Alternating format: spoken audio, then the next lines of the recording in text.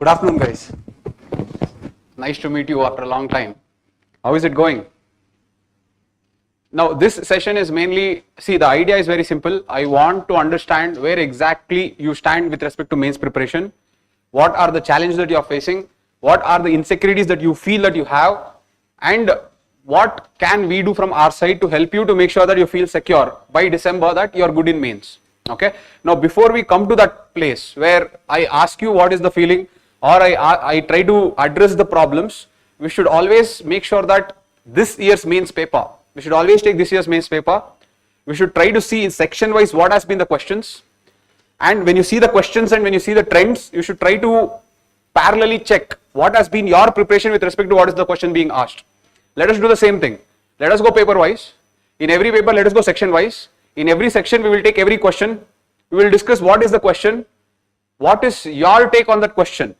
When I say your take, it does not mean that you should write model answers for it.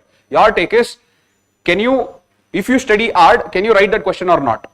Or irrespective, you can tell that yes, if I can study, I can answer. Or you can also say that no, sir, with whatever notes I have, even if I study, I will not be able to answer that.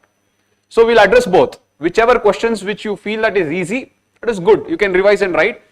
Where my help comes is wherever you tell me that, sir, those questions are difficult, that is where I will not be able to answer by studying whatever notes I have. Yes or no? So this is the insecurity that people will usually have.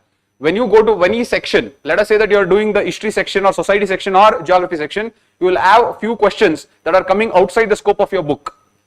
When it comes outside the scope of your book, one insecurity that creeps in is, am I studying enough? Is my notes enough? Should I do something more? These are the questions that keeps coming up. So when these questions come up, you will try to digress or you will try to move away from exactly what is the demand of the exam. That is what I don't want you to do, and hence this session becomes important. Why? Because today you will have clarity of what you need to do for the next 2 months. Otherwise, you will try to do everything possible to become perfect in every paper, which is not possible at all.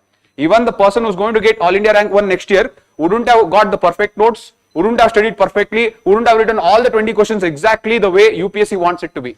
I hope you are understanding this. It is all trial and error. Only thing you have to work on is incrementally, day on day, you should be improving. That's all. How much ever little, that is all, that doesn't matter. But every day, from your previous day to the next day, there should always be an improvement. If you can take care of that one little thing, automatically you will succeed in this exam. Okay. So let us jump right to it. We will do the reverse engineering part. Instead of going, how is your mains preparation? What are the challenges, and then going to the questions, we will go the reverse way. First, we will talk about the questions. What is your feeling about the questions? Why are you feeling that way about the questions? And then we will go into the preparation of that paper. So that will help you to map out exactly the challenges that you have individually in every section of every paper. Is this clear? All right. So let us start off with GS1. So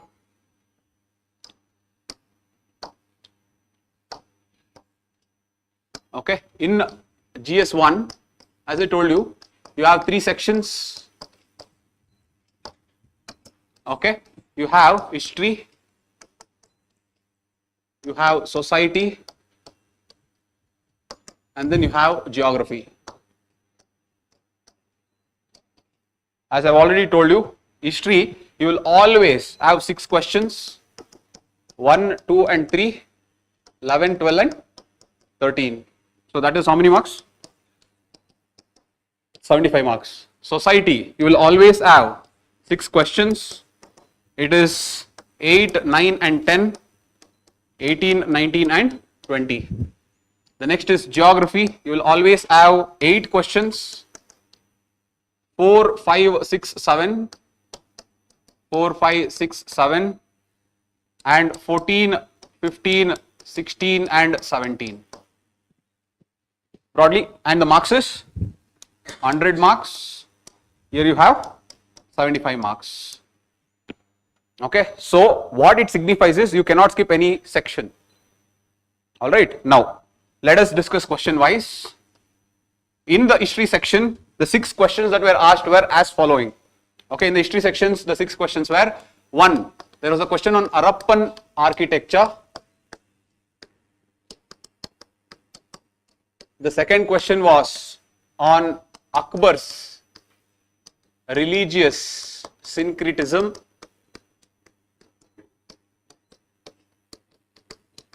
The third one was on Chandela's sculptures, art forms.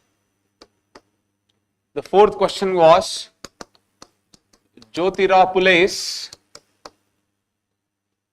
reforms on all subaltern classes. Subaltern classes. The fifth was post-independence consolidation. Post-independence consolidation. They have only given political, economical, educational, international relations. They have only given the dimension. The sixth one was French Revolution. French Revolution takeaways. French Revolution takeaways of the world. Okay, these are the broad 6 questions that they had asked. Okay, now let us go question by question. What is your feeling with respect to the question that is asked on Harappan architecture? Can you answer this question with whatever you have read? Yes or no? You have no insecurity regarding this? Okay, alright. What about Akbar's religious syncretism? Easy or difficult?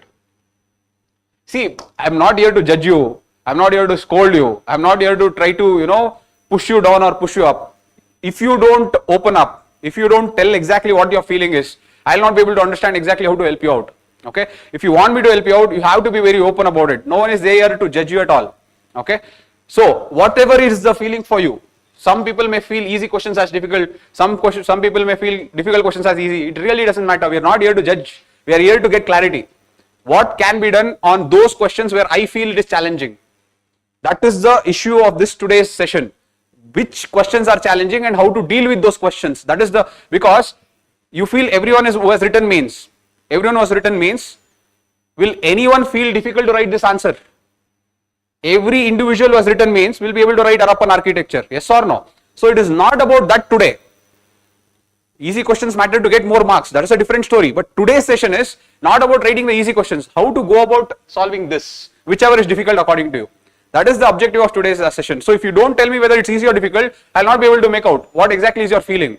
Okay? Because for me, because I've been teaching from a long time, I may feel a lot of things are easy. But what is the student's perspective? That is what I'm interested in. Okay? So 6 questions have come from history. Harappan architecture, easy or difficult? Okay? Second, Akbar's religious syncretism. Easy or difficult? Tell whatever you feel. Then we will do the amendment. Easy or difficult? It is kind of moderate. Okay. This is easy. This is kind of moderate. Next, Chandela's art forms. Chandela's art forms. Difficult? Yes, it is difficult. Obviously, it is difficult. You should tell, it's okay. Tell if it is difficult, it is difficult. Next, Jyotira Phule's reforms on all subaltern classes. Easy? For me, it was difficult. Why? Because I knew 2-3 stats, Satyashodak Samaj, Gulamgiri book. Then I knew that Savitri Phule and Jyotira Phule together opened girls' education. That is another information. Then I knew about his work on uplifting the Dalit classes. Overall, this is all I knew. I did not know about Jyotira Phule's contribution to peasants, Jyotira Phule's contribution to laborers. Okay, these are all some contributions that he has done, which I did not study. So according to me, I feel that it is difficult. The reason why I am telling you this openly is, it really doesn't matter. I want you, what is your feeling about it? Okay, alright. So let us put intermediate for now. We will come back to it later. What about post-independence consolidation? Easy. The entire post-independence, if you know, you can write. Okay, 2 points in polity, 2 points in economy, 2 points in education, 2 points in international relations. So overall, this question is easy. What about French Revolution takeaways? Very easy. They are not even asking the French Revolution. They are asking the learnings from French Revolution. How can you apply to the global events? So you can take one. Liberty, you can apply somewhere. Equality, you can apply somewhere. Fraternity, you can apply somewhere. Human rights, you can apply somewhere. Power with the people, that is people's sovereignty, you can apply somewhere. You can talk in different words. So you take one value, attach it to Africa, one value, attach it to Indian colonialism fight. At one value, you talk about USA, one value, you talk about Southeast Asian nations, how they fought against colonialism. So you can take different values and attach. So overall, this is also easy. Okay, so coming to the history part. You people told me that Akbar's religious syncretism is intermediate. The next was Chandela's. This was obviously difficult. Okay, this was difficult for everyone. Don't worry about you. It was difficult for everyone. The next one was Jyotiraphule's. Okay, Jyotiraphule's. Because they are asking how did it affect all subaltern classes. Okay, so you should talk in a comprehensive way. You cannot talk in very minute way. So when they say all subaltern classes, you have to bring all the lower classes during that time. Okay, all right. Now the question is, if this is the case, overall, did you feel that history is easy or difficult? Again, moderate. All right. Now see, two things. One, what you should learn is, if you are telling it is difficult, people who have written means everyone will tell this is difficult. So don't think that it is difficult only for you and it is easy for others. It is not true. If in a particular section, Chandela's is a question that is difficult for you, then Chandela's will be the question that is difficult for everyone. I hope you are understanding. So your differential of marks will not be created on difficult questions. I hope you are understanding. What I am trying to tell is, if there are 20 questions, out of these 20 questions, you will feel that there are 5 questions that are very difficult. How you perform in these 5 questions will not decide your destiny. I hope you are understanding this. How you perform in that 15 questions decides your destiny. You are understanding? See, 5 questions, if it is difficult for you, it means it is difficult for everyone who is writing mains. So let us assume that somehow, using all your common sense, your logic, your wisdom of that subject, you somehow were able to cook up an answer. That person also, using all his wisdom, logic, is able to cook up the answer. Between you two, both have cooked up the answer. Between you two, what will be the difference in marks? Maximum difference in marks is 1 mark. I hope you are understanding this. Maximum, I am telling you. The difference is not more. But in these 15 questions, if you are able to present your answers very well, if you are able to write all the specific points that are required according to the demands, and show the examiner this is how your line of thought is, between you and between another person, there will be a difference of more than 2 to 3 marks. I hope you are understanding this. Let us say that there is more than 2 to 3 marks in every question. Here only you can get the lead of more than 20 marks. That is why, if you look at people who have cleared mains and got the interview call, and people who have not got the interview call, if you see their mark sheet in GS papers, those people who have not got the interview call will be somewhere hovering around here only. See, everyone in their GS score will be in 90s. Those people who have got the interview call will be somewhere here. They are not very far. 105, 108, 111, 116. This is how their marks will be hovering. Somewhere from there, people who have got top marks, they are not very far. Another 5 marks you add. 110, 115, 115, 125. Look at this. This is all the differences. Now, this difference, unfortunately, what people think is created by these 5 questions. It is definitely not. Because that person who is becoming a topper will also feel that question as difficult. I hope you are understanding this. So at the end of the day, how you perform in those 15 questions matters. So what I am trying to tell is, when we discuss GS1, let us say that in every section we identify 2 difficult questions. Okay, by identifying the 2 difficult questions in this session, we are only trying to understand how to study about that difficult questions. I am not telling that by studying that you are going to get exceptional marks. At the end of the day, your performance in the mains exam will be on that easy and intermediate questions only. I hope you are understanding the discussion. So you should always make sure that don't feel insecure when you see difficult questions in mains. Difficult questions are not breaking or making the game here. It is always the easy and intermediate questions that will. I hope you understood this. Okay. So the moment when they give Harappan architecture, you should write a beautiful answer. There what happens in that eagerness, you know too much of points. So 2 things will happen. One, most of the students will sit on that question only for 15 minutes. In fact, you should have given just 7 minutes. 7 minutes for a 10 marker and 15 minutes for a, 11 minutes for a 15 marker. That should be the goal. But what happens in that excitement? Look at that. UPSC has given the first question only as very easy. So you are starting out the question. So you get all that excitement because you have so much of content, and you sit there and write that for 15 minutes. The moment you write there for 15 minutes, you have lost 7 minutes there only. In the first question only, you are lagging behind in the time. In the first question, if you lag behind in the time, in the entire 3 hours, you will be lagging behind only. You will always be racing. So that will compromise your second, your third, your fourth, your entire questions altogether. I hope you are understanding this. These are the things that you have to worry about, not the difficult questions. I hope it is clear. Okay. Now, coming back to the difficult questions of history, how to deal with the difficult questions. See, I have kept on telling this. This is what I am again telling. Akbar's religious syncretism is not that difficult. Okay. Why? Because always, okay, let me just tell you. In history, how to study history is, let us assume that in history you have three subjects. One is ancient, another is medieval, another is modern India. Okay. Now, this you can approach thematically. This you can always approach temporally. Okay. What is temporally? Look at this. If I take ancient India, or let us first take, okay, let me come in the flow. If I take ancient India only, it starts with Indus Valley civilization, goes to Vedic age, then goes to Mahajanapada, then goes to Magadha, then goes to Mauryas, then goes to post Mauryas, where you have Shungas and Kanvas, Satavahanas,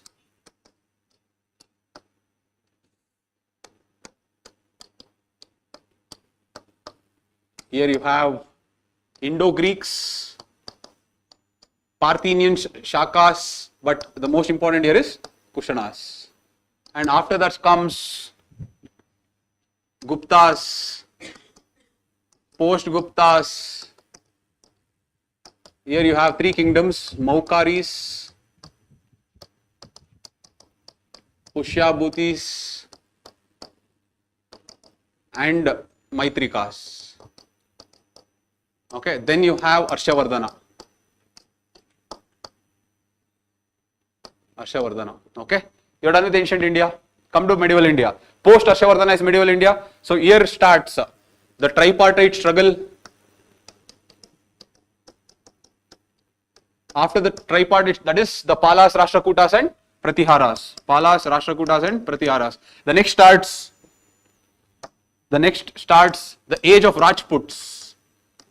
The age of Rajputs. This is where you have the Chauhans, the Gahadawalas, the Chandelas, Kalachuris, Tomars, then you have Gangas, East Gangas of Odisha, Gangas, Senas, all these people. After age of Rajputs comes the age of plunder. Age of plunder is Ghazni and Gori.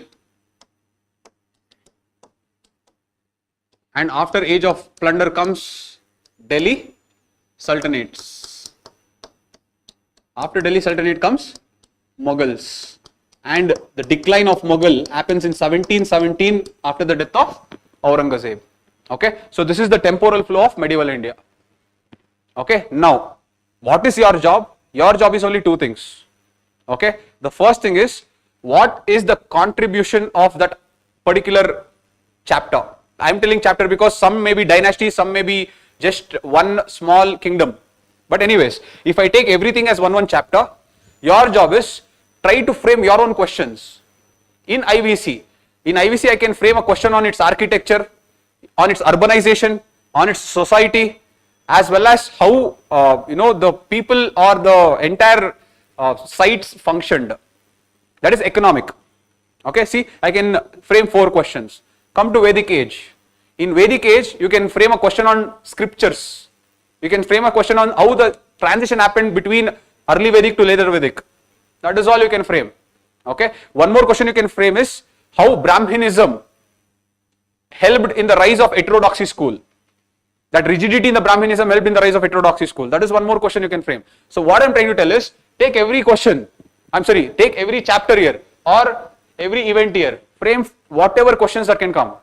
So what I am trying to tell is, if you go in this, look at this, when you come to the age of Rajputs is something that they have asked for the second time. This is not the first time that they have asked. If you go back 3 years, they have asked, examine the sculpture of medieval temples in India. medieval temples reached its climax in the age of Rajputs only. You take Khajuraho temple complex of Chandelas, you take Sun temple of Konark, you take the Solanki temples, the Pilwada temple of Rajasthan, you take the Sun temple, Modhera temple of Gujarat, all these temples came up during the age of Rajputs. Okay, so when you go on covering the important events in every chapter, question and answer wise, I am telling, not reading some textbook, question and answer wise, you will automatically not miss out. I hope you are understanding this. So this is the approach that you have to take.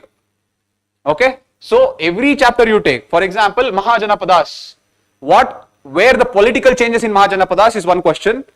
How did the society and the people change in Mahajanapadas was the second question. That's all over. The next is Magadha. The question is very simple. Why did Magadha rise tremendously compared to all the other Mahajanapadas? That is the only question that can come from that. They cannot ask you questions on Ajatashatru.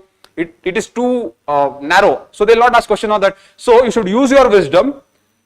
In every chapter you should go, you should assess what are the important contributions of that particular kingdom, and accordingly you should frame the questions. I hope you are understanding this. Take the help of artificial intelligence.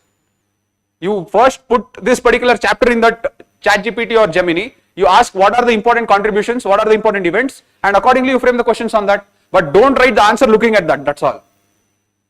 Okay, yes, you can take the help for answer also, but don't write exactly the answer there because it may give some wrong data. Okay, but you can do that. If you do that and cover like this, when you come to Mughals, will you not cover the contribution of Akbar or not? You only tell me. Yes or no? It is just like when you go to Mauryas, will you not cover Ashoka? Yes or no? It becomes implicit. When you go to Mauryas, their literature contribution becomes very important.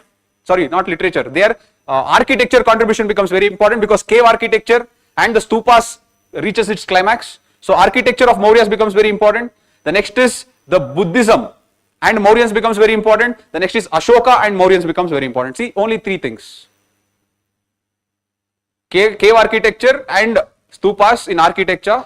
The next is their Buddhism because Buddhism spreads enormously. The next is Ashoka and its contribution. See, that's all. You're done for mains. You don't have to read like prelims. In prelims, what happens? You can keep digging deeper. How many cities were there? What is the ancient name of those cities?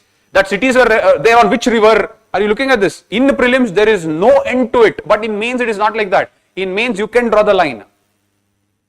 I hope you're understanding. So, when you take history, just demarcate this and make 3 to 4 questions and write answers to it. The history questions becomes very, very simple. I hope you are getting this. So, I have shown it up to this point. Now, look at this. From the death of Aurangzeb, you can start your modern India. Trace it the same way. There is no difference. Look at this. Modern India, if you take decline of Mughals. If you take decline of Mughals, from decline of Mughals, the British or advent of Europeans, from there British conquest of India, from there British consolidation, from there the first war of Indian independence, that is 1857. Okay.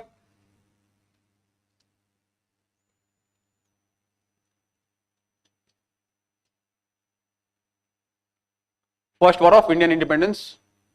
They are writing down. That's why I am waiting.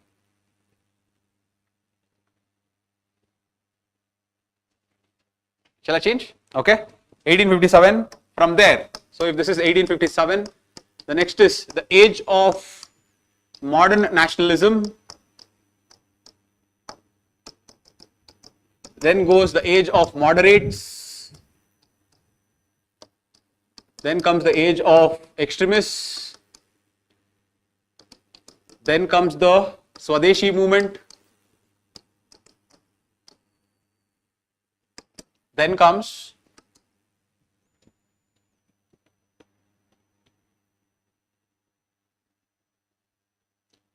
Home Rule League or the coming of Gandhi. Gandhiji, Home Rule League, Next comes non-cooperation movement. Here you can say Khilafat movement. Then you have the Swarajis versus no changes. Then you have Simon Commission. Then you have civil disobedience movement. Then you have 1935 Act. Then you have 1937 elections. Then you have 1939 break of World War II. After that you have August Offer, Cripps Mission, Cabinet Mission, Indian Independence Act. Yeah, you have Mountbatten Plan also. Mountbatten Plan, Indian Independence Act. See? Now, in modern India, the only change you have to make is, you only have to understand the cause, consequences. That's all you have to understand. Okay? That is, let us say that you want to write notes on Swadeshi movement. What was the cause for the Swadeshi movement? What was the consequence for the Swadeshi movement? Okay? Let us say you are doing about moderates. What is the cause for the coming of moderates? Okay, yeah, one more C, I forgot that C. Cause, contributions, and consequences. Sorry, these are the three things that you have to worry. In everything, in every chapter that I have written like this, the only three C's that you have to worry about is cause, contributions, and consequences. So that is the answer. I am not telling that you should dump one more 5, 6 pages. You should write an answer. That answer should have, let us say if you take non-cooperation movement, what was the cause, what was the contribution, what was the consequence? Let us say August Offer, what was the cause, what was the contribution, what was the consequence? So on everything that I have written, on every block that I have written, one question. Enough, you are done with modern India. Hardly it will take one day. In one day, you can complete the entire modern India. But what many people are doing is, they are not shifting their attitude from their prelims towards mains. In mains, you should not study like prelims. That is, if you take Swadeshi movement, in prelims what will you do? You will try to see when it happened, who were the important personalities who came forward for it to happen, and where did it happen. Look at this, when, where, what, all these facts you are worrying about. That is, you need those facts, but not all the facts. You just need 2 facts to substantiate, that's all. In the mains, your analysis is important. And that analysis can come like this. I hope you are understanding this. Okay, now, this is the temporal approach, because see, in your syllabus of modern India, in main syllabus I am talking about, there are 2 parts. The first they are telling is freedom struggle. Okay, freedom struggle up to modern India. That is one part, one bullet point that they have told. The second bullet point they have told is important personalities and issues. So, because they have told important personalities, see, thematically you have to cover the important personalities. Now again, the moment I say important personalities, it doesn't mean that you create an elaborate database of all of it. Not more than 10. I would say not more than 10. Only 10. That too broader ones. Okay, for example, social reformers 5, political reformers 5. Enough. Political reformers, you can talk about Gandhiji, you can talk about Subhash Chandra Bose, you can talk about Motilal Nehru. Social reformers, you can talk many. Okay, as they have asked, Jyotirao Phule, B.R. Ambedkar. B.R. Ambedkar comes in both, political as well as social reformer. So like that, Rabindranath Tagore, you can take him. Okay, you can talk about Ishwar Chandra Vidyasagar, you can talk about Rajaram Mohan Roy. Like that, create a list of 10 and make one answer to it. That's all enough. Apart from that, let us say that, sir, what if they ask beyond that particular 10 people that I have done, then it is a difficult question, then that is difficult for everyone. Why are you worried about it? I hope you are understanding this. So, the point here is prepare holistically, but not taking too much of time. History should be maximum prepared in a maximum of 10 days. In 10 days, I am talking about mains part, not the prelims part. In 10 days, your ancient, medieval as well as your modern India notes should be ready. Is this clear? And if it is ready and if you revise, truly speaking, history questions are easy. They have never tried to twist or ask you something about, something that you require any depth. It is actually very straightforward. I hope you understood this. Now, coming to 2 questions here, coming back to these 2 questions. See, This actually should not be termed as difficult. I would not agree with it. It's a straightforward question. Akbar's religious syncretism, you can talk about his architecture. His architecture had a fusion of different religion. His literature had a fusion of different, not literature, translations had a fusion of different religion. His debates with different people, Ibadat Khana, that had different this thing. His religion, Din Hilai, that had different religion, a fusion of different religion. His policy of Sulikul, that had different religion. So, you would have studied so many points for Fatehpur Sikri, you would have heard, Din Hilai you would have heard, Sulikul you would have heard. All these things are something that you would have studied for prelims only. If you can take that and apply that only, you can write a proper answer here. So this, I will not agree that it's a difficult question. It's a pretty easy, straightforward ones. These two definitely. Definitely I will agree, because Jyotirapole, I told you, you will not have too much of information to write. Okay, but what is the trick to write? Look at this. This I will tell you. Now, in Chandelas and Jyotirapole, if I go back to the question paper there,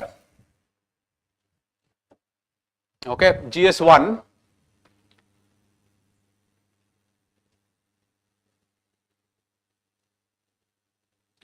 Mahatma Jyotirapule's writings and efforts of social reforms touched issues of almost all subaltern classes. Okay, so basically you will try to introduce why Mahatma Jyotirapule's intervention in the middle of 18th century was very, very important for India. That is how we will introduce. You will not use up the content in the introduction by talking about Gulamgiri or Shatashodhak Samaj, because you need that content in the body. Okay, so you will tell why. Why is importance in the 18th century, why is reforms important in the 18th century of India. That is what you are going to talk about. Okay, so you are going to give the introduction. Look at this. You can derive the dimension from the question itself. That's why I am showing you the question. Mahatma Jyotirapule's writings and efforts of social reforms touched issues of almost all subaltern classes. Okay, who were the subalterns? Subaltern means the lower classes. Okay, who were the lower classes then? If you can just think, always take the stakeholder approach. Who were the lower classes then? So if you take the subaltern classes, you can talk about, obviously you will talk about Dalits, obviously you will talk about women, the other are laborers and peasants. See, you have got 4 dimensions. So in the body, your point is to write these 4 dimensions. Now in these 4 dimensions, 2 dimensions you can write specific points. Why? Because you would have studied for prelims. So here you could talk about the Gulamgiri book, you can talk about the Satyashodhak Samaj. Okay, this is obviously easy that you can write. Coming to women, you can talk about how he was able to, with Savitribai Phule, he was able to start education. He was also able to start orphan houses. These are all implicit answers that should come by default. Okay, so education, orphan houses and all those things in Maharashtra, that helped empowerment of women. So these 2 specific points happened. Now come back to this. How to write here? How to write here is, imagine the situation of laborers and peasants in the time of 18th century. They were suffering from the British colonial economic policies. Laborers did not have any business because India was used to dump all the cheap goods. So they had lost their work. So if Mahatma Jyotirapule would have helped these laborers, how will he help them? Or how will his reforms help these laborers? Can anyone tell me? Just like that, can anyone with using their common sense tell me how his works, Jyotirapule's works, could have helped laborers? Encouraging? That's all. Encourages indigenous manufacturing, indigenous production. That is one. What else? Someone tell me one more. Come again. To know their rights, you can attempt that. It's a little far-fetched. Can they talk about the welfare of the laborers, the security of the laborers? You are understanding this? See, you got that elaboration. Next, coming to peasants. What did peasants suffer from? Very good. Extra taxation, zamindari system, exploitative zamindari system, then no security of tenure. You know this. This is the problem that they had. Tell how Jyotirapule fought against it. There is nothing wrong. Can that examiner prove that no, Jyotirapule did not fight against it? You are understanding this. This is how you have to generate points there. It is very easy for me to just read something in the internet, tell you that, okay, he has written something called, there's a book called Shatkaryacha Asud. Okay, Shatkaryacha Asud is basically a whipcord, using a whipcord to hold the peasants logged. So I can just come and tell you that you can use that to write this. But the point is not about me reading it and coming and telling you. The point is, in that real-time scenario, how can you use your common sense to generate points? That is the idea of this session. Okay, so if you can understand, all subaltern classes is the hint given in the question. With that, you can derive these many stakeholders. In these stakeholders, you understood that this you had specific points. How to elaborate on this, I am teaching you. Imagine that in that colonial period, what should be their situation, and Jyotirao Phule, being a reformer, would have definitely spoken against it. And that, with that common sense, you should be able to elaborate the points here. And this is what is mains writing. If you feel that there was a book, that person has read that book, that person will write perfect points for all the 4 stakeholders, you are not understanding the game of mains. Or if you feel that All India Rank 1 who's going to get next year would have written all the 4 specific points, again you have not understood the game. The game is not like that. If you know these 2 points, even that person will also know only these 2 points, because that person also has read the same book as what you have read. I hope you are understanding this. So the game will not be played on these 2. So what happens, many students when they start writing, first of all, the moment they read that question only, they have given up. Oh, I don't know, sir. You have lost the game there. Half of the people will go there. The second half, when they start writing the answer, up to this point they are very, very excited because they have specific points. When they are writing this, they are feeling that, sir, it is too generic, I am not motivated to write. Why are you not motivated? Because everyone else will also be writing the same thing. But if you can believe in yourself and write the generic points only, you will complete the answer properly and you will get at least that 1 mark extra. If you get that 1 mark extra here, imagine that every question if you get 1 mark extra, in 20 questions you have got 20 marks extra. That is the difference between a topper and the person who did not get the interview call. So basically the difference happened where? The difference happened in those areas where you automatically told yourself that I am not writing a good answer and stopped writing proper answers. The difference here is the topper, when the topper was writing and when the topper started generating general points, the topper told to himself or herself, everyone will be writing the same thing, but I will try to maximize here. I will try to do the best I can. That is the difference in attitude between a topper and a person who did not emerge as a topper, not the knowledge. The attitude when they are writing that answers. So when you write answers, please don't give up just because you are writing generic points. Know that everyone else will also be writing generic points. I hope you are understanding this. So this is what is the takeaway of this. Okay. This is how. Always the int will be given in the question. The dimensions you can take and derive the points here itself. Okay. Alright. So that is about this. The next, coming to Chandelas. Okay. Again, Chandelas. See, these are the information that you will have. You know that Chandelas will have the thematic of erotism. That is one thing that everyone will know. The next is Khajuraho temple, you will know. You 2 or 3 important temples like Kanderya Mahadeva temple or Lakshmana temple, these temples that you will know. Try to write with that only using your common sense. This is what it means. Now let us say, they are talking about Chandelas art forms. You know that Khajuraho temple complex as the best Nagara style of architecture. Okay, use that only in the introduction. Okay, you know the time period when Chandelas came, so you give the time period. You talk about the 8th to 9th century in the time period. Khajuraho temple complex, the peak of Nagara style of architecture. This so everyone will know. Okay, now coming to how that sculpture created breath of life. Let me just read out the question here. Sorry.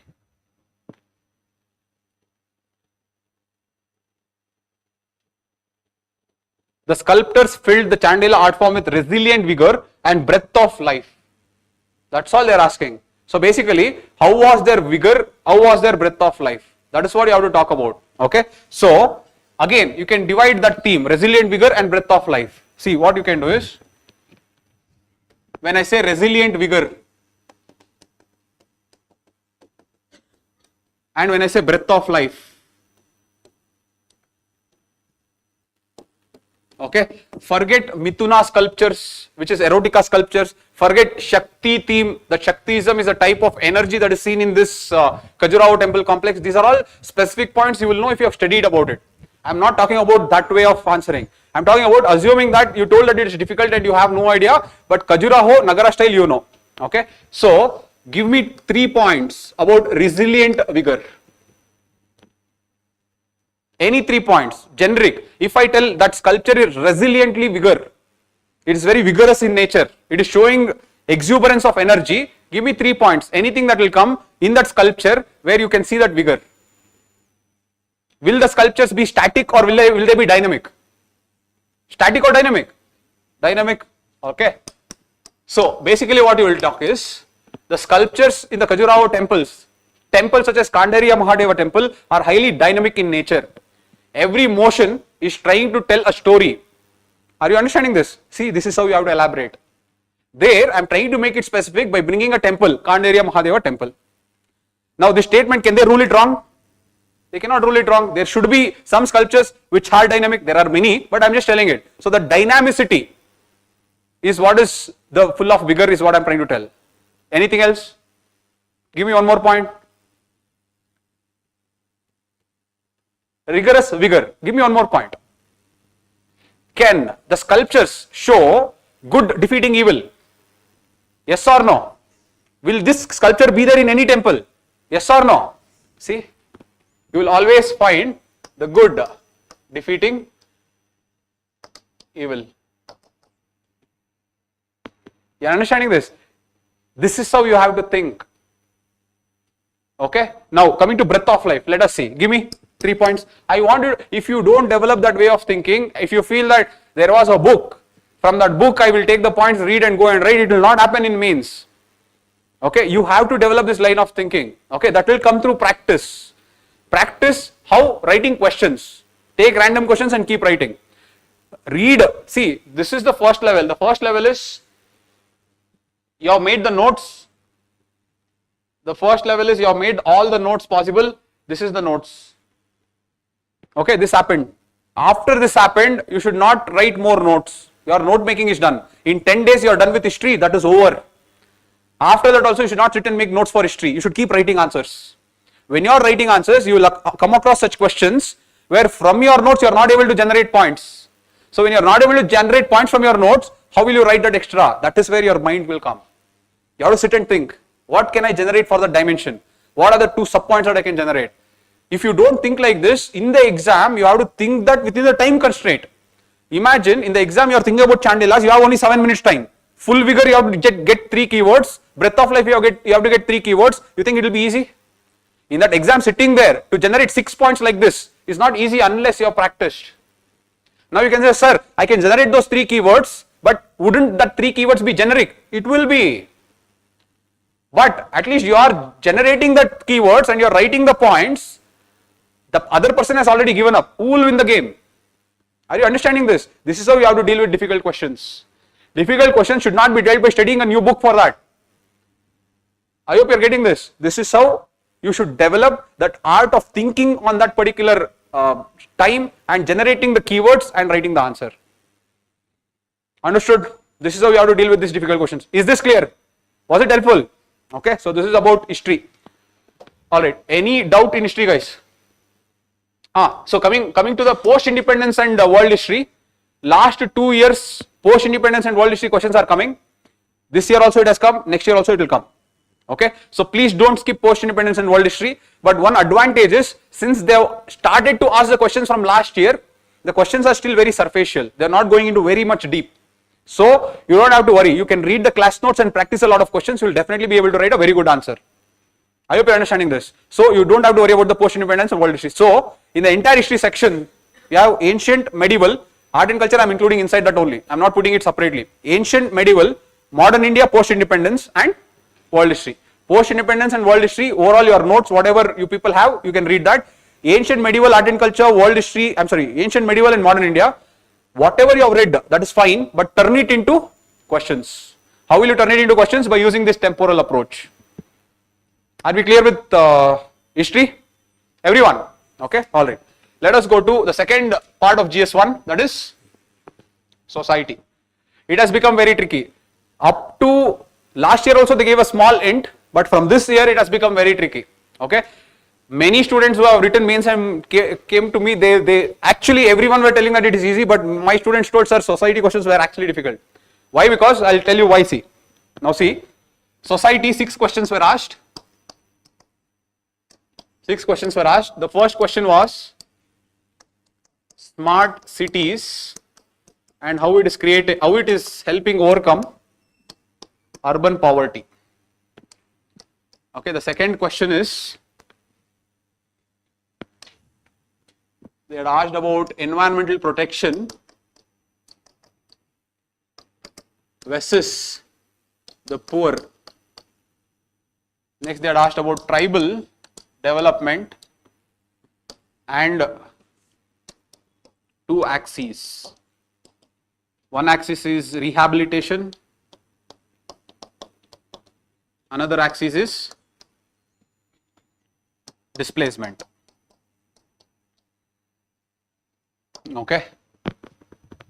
Next they had asked about globalization and consumerism. Globalization and consumerism. Next they had asked was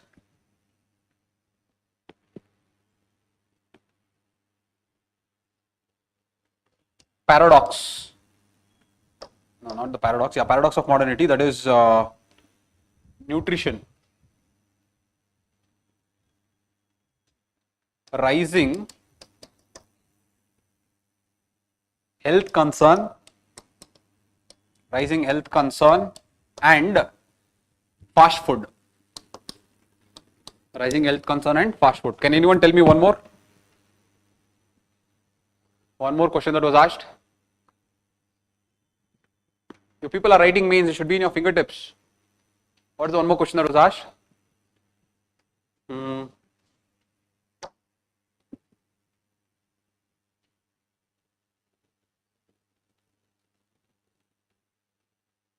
Ethos of civil service, correct.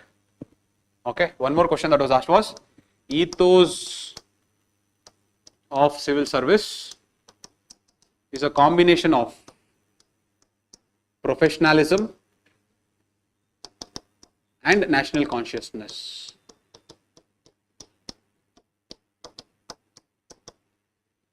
Okay, so these were the 6 questions that were asked in society section.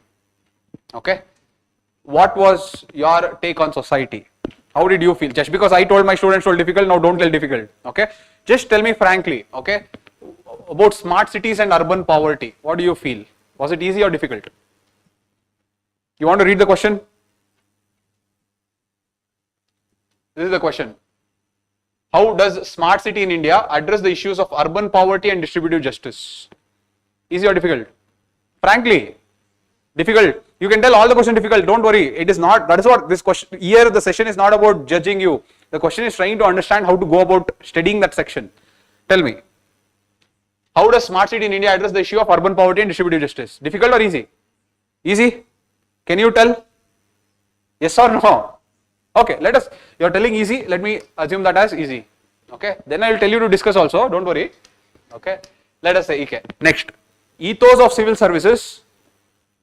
Ethos of civil service in India stands for the combination of professionalism with nationalistic consciousness. Easy or difficult? Tell something, no? Difficult? Okay, why do you think it's difficult? It is GS4. Correct, what he's telling is correct. The language, the question as a connotation that is looking like GS2. Okay, ethos of civil services.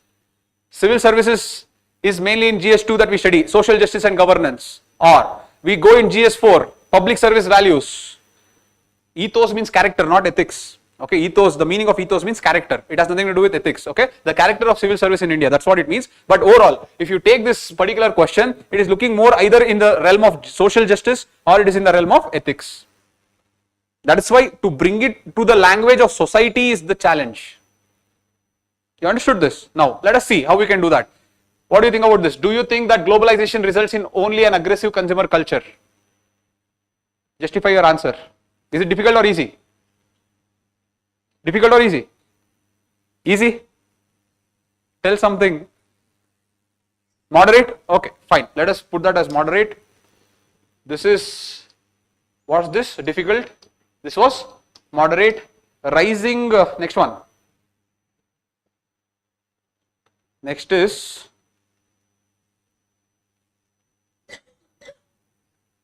how do you account for the growing fast food industries given that there is increased health concerns in modern India? Illustrate your answer with Indian experience. Easy or difficult? Easy? Okay, fair enough. Easy. This is easy. This is moderate. This is difficult. Okay. These are very interesting questions that I felt. Okay, look at this question. Achieving sustainable growth with emphasis on environmental protection could come in conflict with poor people's needs in the country like India. Comment. Okay, so basically they're asking, whenever we go for environmental protection, it may actually hinder or it may affect the poor people's needs. Okay, all right. Easy or difficult? Easy or difficult?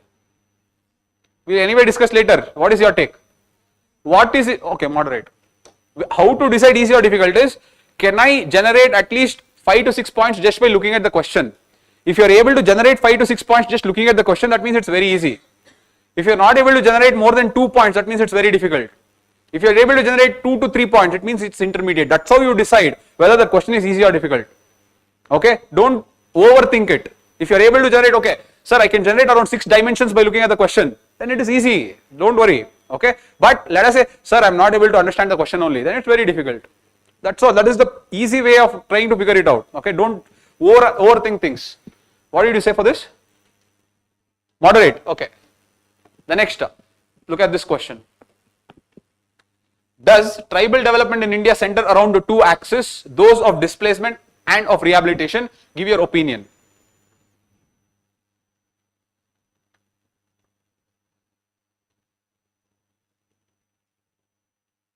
Does tribal development in India center around 2 axes, those of displacement and those of rehabilitation? Give your opinion. That means either you should say, yes, it revolves around these 2 axes only. No, it does not revolve around these 2 axes. There is some other axis that I am going to tell you now. That is your answer. You can stand in either ways. That's why they are asking you give your opinion. So yes, you have to take a stand. You have to either tell yes, it stands on this axis, or you should tell no, it does not stand beyond this axis. If you tell no, then you should tell then what axis is it standing under. I hope you are understanding this. So overall, you should be very, very smart in answering these 2 questions. In both the places, see, they are asking about a dilemma. One, let us take, if there is a national park, you want to protect that national park. If you want to conserve that national park, you are going to move out the tribals out of that particular national park. Isn't it hindering the poor people's need? Yes or no? Next, if you take an urban area, you want to make that urban area productive. So you are going to make sure that the urban area will not have slums. If you remove the slums, what will happen to the livelihood of all the poor people there? They are getting affected. Don't you think that in the name of environmental protection, in the name of development, poor people's needs are coming in conflict? But by telling that, will you stop there?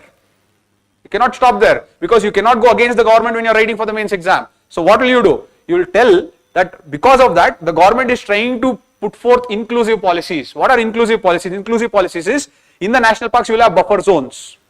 Those buffer zones will allow those people to stay inside the forest and participate with the forest department in conserving the region. See, inclusive. Second, coming to urban areas, instead of slum rehabilitation, now the government is undertaking slum beautification. Slum beautification means you are going to beautify, you are going to improve the sanitation, you are going to improve the cleanliness of the slums so that people will not be accustomed to any diseases. So in that way, sustainability is also conserved and poor people's needs are also taken care of. See, this way of answering should come in this. I hope you are understanding this. You got this? See, now, sir, how to write like that? That will not come by, see, whatever I told will not come by any books. But whatever I told, you would have heard, yes or no? You know that slum rehabilitation, you know about slum beautification, you know about buffer zone in the national parks, everything you know. But how to create that answer is through writing. That is why, in the society, the most important part is stop reading, start writing. Okay, at the end I will tell you how to go about the entire society as a section. I am just discussing the questions. Okay, these 2 questions were very, very, they were asked to check your maturity, simple. How matured is that individual in understanding the societal dynamics? That is what these questions were. That is why they were actually very, very nice when I read those questions. This is one. This, most of my students have done it correct. No one is so naive that they will tell, yes, this is true. Obviously, they will not agree with this. They will say that we are trying to balance environmental protection inclusive of poor people's needs. That's how they have gone. Here, some people have actually not met the demand because I felt bad because they have gone with this. See, what does it say? Does tribal development in India center around two axes? Yes, it does. You go to any tribal area, it will always center around displacement and rehabilitation. Yes or no? You go to Odisha. The tribes there are acquiring regions which are rich in the highest reserves of iron, bauxite, chromite. So, if you have to mine those areas, we have to rehabilitate them, displace them. That is definitely there. You go to Jharkhand, the same story. You go to Northeast India, the same story. Wherever you go, where it's rich in minerals, the tribes always are centered around displacement and rehabilitation. This is true. That is what you have to write. But after that, your opinion is how a legislation in India brought a new axis called right-based axis. Can someone tell me what is the right-based axis? Very good. That's all. See, you people know the answer. Then why are you not giving the opinion there? That is what you have to tell. Yes, it was centering around rehabilitation and displacement, but post Forest Rights Act 2005, the development of tribes revolves around right-based axis. Yes or no? Forest Rights Act provides entitlement right to individual tribes, provides entitlement right to community tribes, provides them decision-making powers. Any type of mining has to happen, they have to take the permission from the Grama Sabha. So see, the decision-making power goes to them. It is not purely displacement, it is consensus-based decision-making, it is right-based decision-making. This is part of inclusive development of tribes. That statement should come there. So finally, when you are giving your opinion, you should tell that there is another axis post 2005 that is actually playing an integral and critical role in the development of tribes, and that is right-based approach through Forest Rights Act 2006. This is how you have to give the opinion for this answer. Now, before giving that opinion, you have to first talk how it revolves around displacement. Narmada Bachao Andolan. Many people were displaced. Many tribes were displaced from Madhya Pradesh, Maharashtra and Gujarat. You can talk about that displacement. Talk about the displacement in Odisha, the Kond displacement, the Niyamgiri Hills. Then when you come to rehabilitation, talk there also. I'm not going to go into technicalities. I can talk about Land Acquisition Act 2013, the lacunas in that.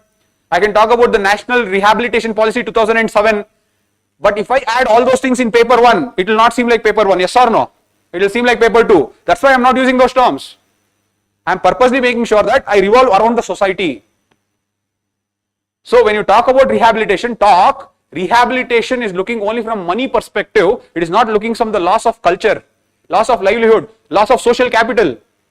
Yes or no? The moment you rehabilitate those people from one area to another area, that culture will be there or not? Social capital. What is social capital? That network. That network will be there or will it be lost? That will also be lost. See, this is how you have to talk. In the paper of society, you cannot bring those policies and talk. You have to talk with respect to this. I hope you are understanding this. So in the initial part, you have to talk like that, displacement and rehabilitation. After you justify all those things, yes, it was happening, but now, because of one legislation, our axis has changed and tribal development is now right-based. So mainstreaming of tribals happens according to their will and not according to ours. This is how you have to conclude the answer. I hope you understood this. This is called maturity in your writing. Now you can ask, sir, which book told you that? No book. No book will tell you that. You have to sit. Actually, whatever I am telling you, don't think that the moment I saw the question, everything came like this and I started telling. It doesn't work like that. I sat and thought. Whatever happened, I made keywords. Then I refined those keywords. And after refining the keywords, I structured the answer. I am coming today and telling you. I hope you are understanding this. So whatever I am telling, don't think that the topper will be writing like that. That will never happen. In that 7 minutes time, the topper has to cook up an answer. It has to somewhat closely resemble to what I told. It should not resemble exactly what I told, because I had all the luxuries all the time to sit, think, frame an answer, tell in front of you. People will not have that time. So don't think that, okay, sir has told like that, so I should also write answer exactly like that. There's nothing like that. I am only telling you how maturely you should write. That is true. I hope you are understanding this. So that is the takeaway here. The takeaway is not about how to write flashily. The takeaway is what is the essence of asking that question is to check your depth and maturity in understanding the societal dynamics. Is this person too critical, or is this person able to balance, or is this person able to look at an angle that I have not told there, and that angle there is right based approach. The angle here is balanced approach, inclusive approach. I hope you are understanding this. That is what, see, the first thing I wanted to tell is, in society is changing. This, starting from this year, society, usually what was the topics of society? The topics of society was salient features of Indian society. The next is secularism, communalism, regionalism, population, then you have women issues, then you have globalization. Okay, and in the salient features of Indian society, the broadly asked questions were family, marriage, caste, then customs and traditions. Okay, so this is the broader theme, or this is the syllabus of your society. So, sir, the questions are changing. Should we do this? You should do this. It is not going to, they will come back to this and ask. Out of 6 questions, 3 questions will always come from this. That's why this time also they have asked on globalization. The question has come on globalization. Every year one question will be on globalization. This year also it was there. Okay, so this you have to prepare. Again, prepare on the basis of question and answers. In a society, if you write answers for the last 10 years, you are more or less prepared on everything. Why is UPSC now asking beyond this is they are run out of questions. Caste, if you see from the last 5 years, every year one question has been asked. Family, if you take the last 10 years, 3 to 4 questions already they have asked. They have asked modern family, they have asked joint family, they have asked all types of things are done. So they have almost done. Secularism, if you see, all combinations are over. Regionalism, all combinations are over. Communalism, 2 questions they have asked, all combinations is over. They have run out of questions of asking this. That is why they don't have any other option. So what are they doing? They are evolving the syllabus to extended syllabus. They are bringing in the concepts of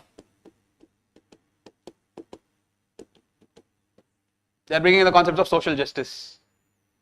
Okay, if you take 2024, in 2024 they asked 2 questions. That was the hint. One question was, they asked you what is the difference between empowerment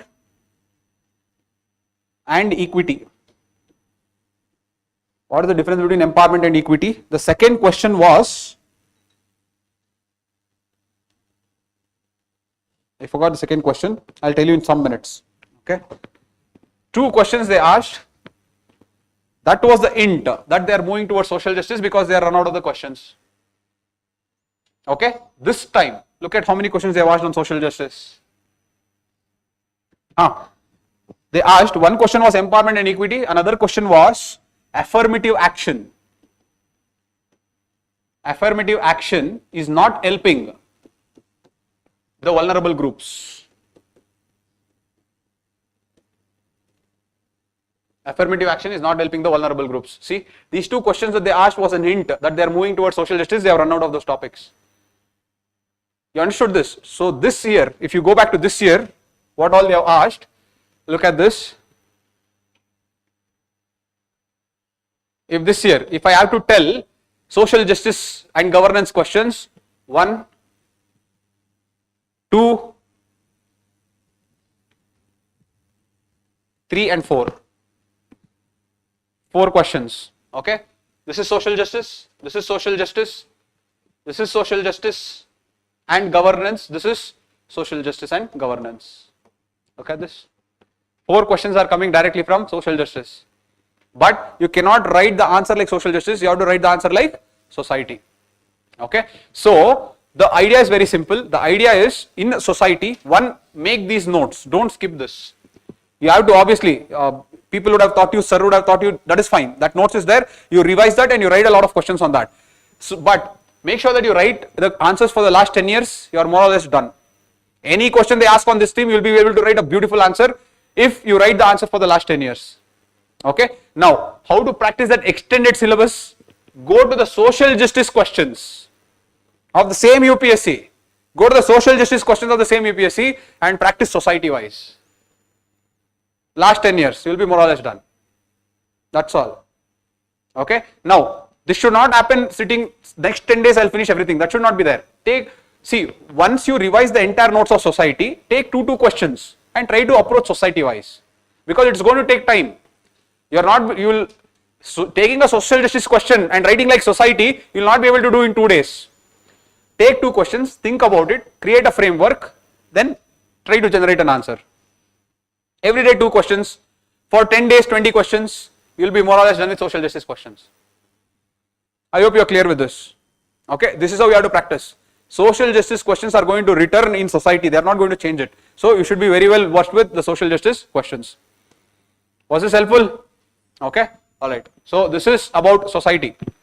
Society is all about keywords. Okay, I will teach you when the time comes, it's all about keywords. So, globalization and consumerism. Let us read this question. Look at this.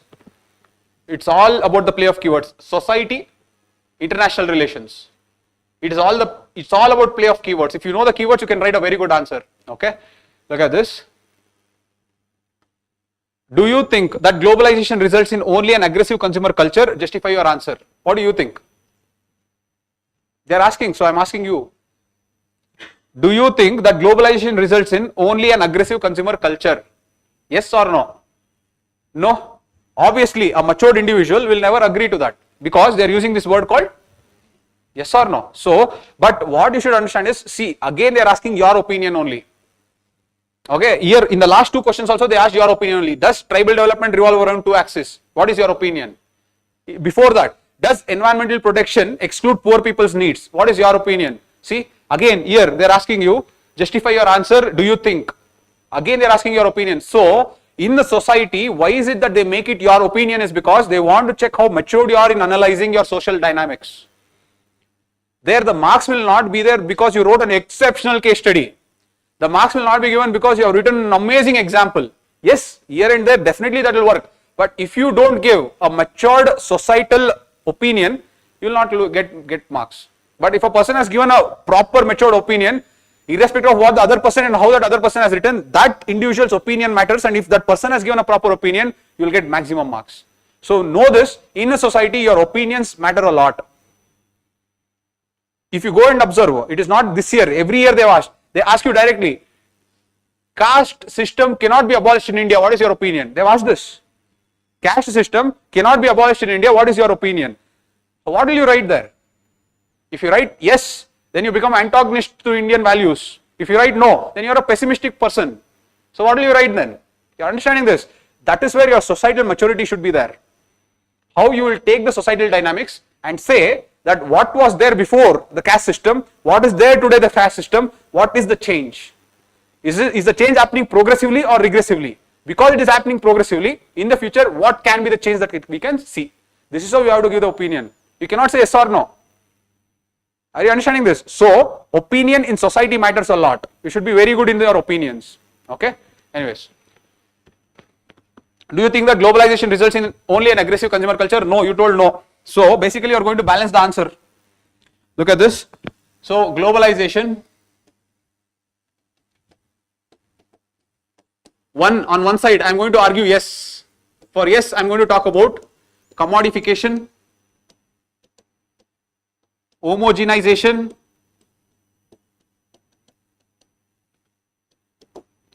okay, addictions, okay. On the other side, I am going to talk about no. I am going to talk about hybridization. I am going to talk about awareness. I am going to talk about empowerment. It's a 10 marker, 6 points, over. Your answer is over. See, society is a game of keywords. If I can generate 6 keywords, now I'll elaborate those keywords, it's over. I hope you're understanding this. So, they're asking globalization and consumer culture. Okay, in globalization and consumer culture, talk how things that should not be commodified are getting commodified. For example, the normal instances of drinking water. Even in drinking water there are different levels now. Okay, so you are commodifying a natural good that is available everywhere. So that is commodification. The next is homogenization.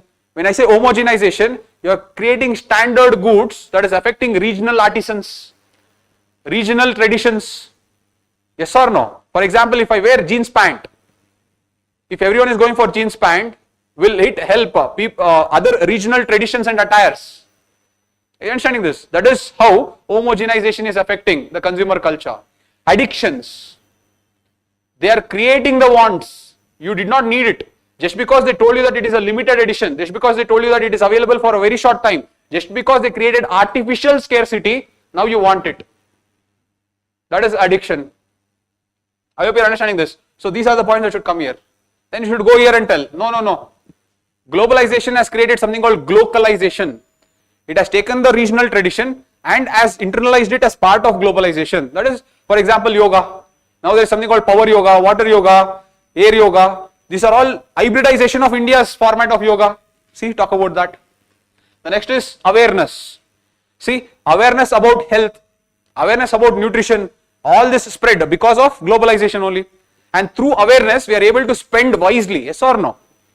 We know what is good, what is bad, and through that we are able to consume only the necessities and what is good for us. That is awareness. Empowerment. Obviously, information will empower us. You are understanding this? Empowerment means through globalization we have got consumer rights. If anything wrong happens, if any person is not keeping up their promise with respect to the consumer good, I can go to the consumer court. That empowerment came only through globalization. See, this is how you argue. Now this entire argument I had not made up and come here to argue. The moment I wrote these keywords, in front of you I have generated the elaborations. Keywords, yes, I knew. But the elaborations I just tried to make sure that I tell you on the basis of whatever keywords I had. This is how you generate in society. Okay, in a society you have to create a list of keywords. You have to keep using those keywords again and again. Now, globalization will have its own keywords. Secularism will have its own keywords. Salient features of Indian society will have its own keywords. Every part of the society will have its own keywords. Don't think that everything is common keywords. No. So everything will have its own keywords. If you have those keywords, let them ask any question. Bring those keywords and write the answer. I hope you are understanding this. This is called keywords approach. The next is, sir, how do we get those keywords? One, while you are making notes, you are going to get the keywords. After that, when you keep writing questions, let us say that you are not able to write a proper answer, go to the synopsis. When you go to the synopsis of that paper, you will be able to getting the keywords. So whatever keywords are there in the synopsis, bring it to your notes. I hope you understood this. Okay, so this is how. One basic level keywords you will always get when you write notes. The advanced level keywords you will always get when you write test. Keep this in your mind. You cannot sit one day. Today I will collect all the keywords of globalization. You cannot do that. You will collect unnecessary keywords then. It should happen organically. One, either by making notes through question and answer format, or by making sure you are writing tests and reviewing it through a synopsis. Clear with this? Is society done? You have clarity in society? Okay, alright. Let us move to the last one. The last one is geography. Okay, alright. 8 questions were asked. What were the 8 questions? Geography. One was sea level rise and its impact. Okay. Another was ecological and economical impact of solar generation.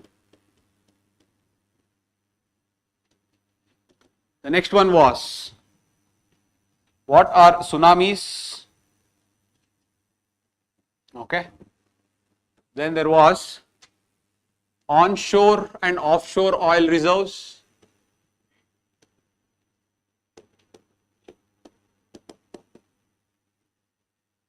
Then you had an application question of artificial intelligence.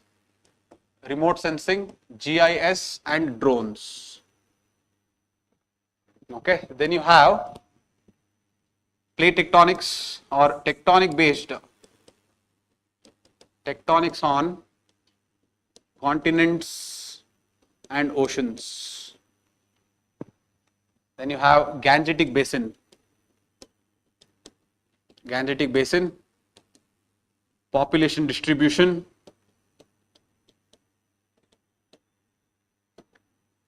taking the context of land, water and soil. Okay, 1, 2, 3, 4, 5, 6, 7. Missing one more.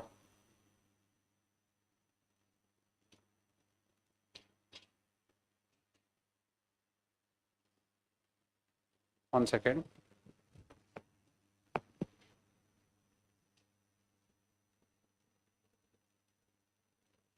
Non-farm primary activities. Non-farm primary activities.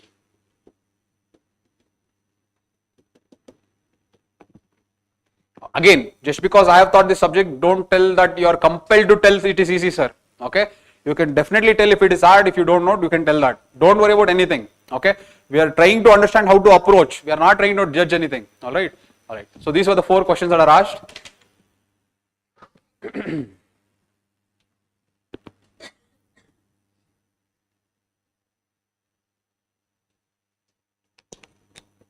Okay. Now, let us go one by one. Overall, what is your take on geography?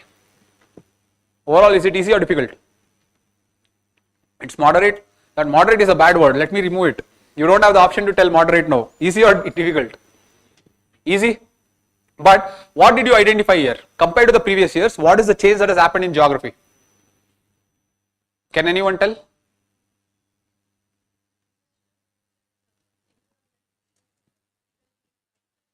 Punali, I didn't understand. Disaster management and environmental questions are coming in geography. Very good point. It has been happening. Very good point that is. Apart from that, they are more fine tuning towards, you should understand this, they are moving towards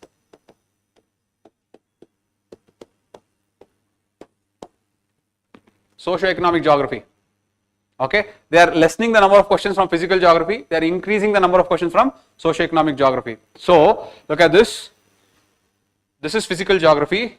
I'll just put it in a different color. Look at this. This is socio-economic. This is socio-economic. This is socio-economic. This is socio-economic. This is socio-economic. Look at this. Okay, so the direct physical question was 1 and 2. This is again environmental geography question, not even geographical question. This is an environment question. This will be usually be climate change, sea level rise, what will happen, that will usually be seen in environment. But look at this, how the questions are evolving. So you should also be very, very clever in changing your approach. Okay, that doesn't mean that you should stop reading other things. It just means that after preparing your geography as a subject, you should write a lot of questions tuned with this trend. Not make notes in this trend, tuned with this trend. Okay, now many people come and ask me, sir, for geography I am not able to find one source, especially for socio-economic geography. There is no one source. Only source that is there is 8th, 9th and 10th. This talks about the socio-geography of India.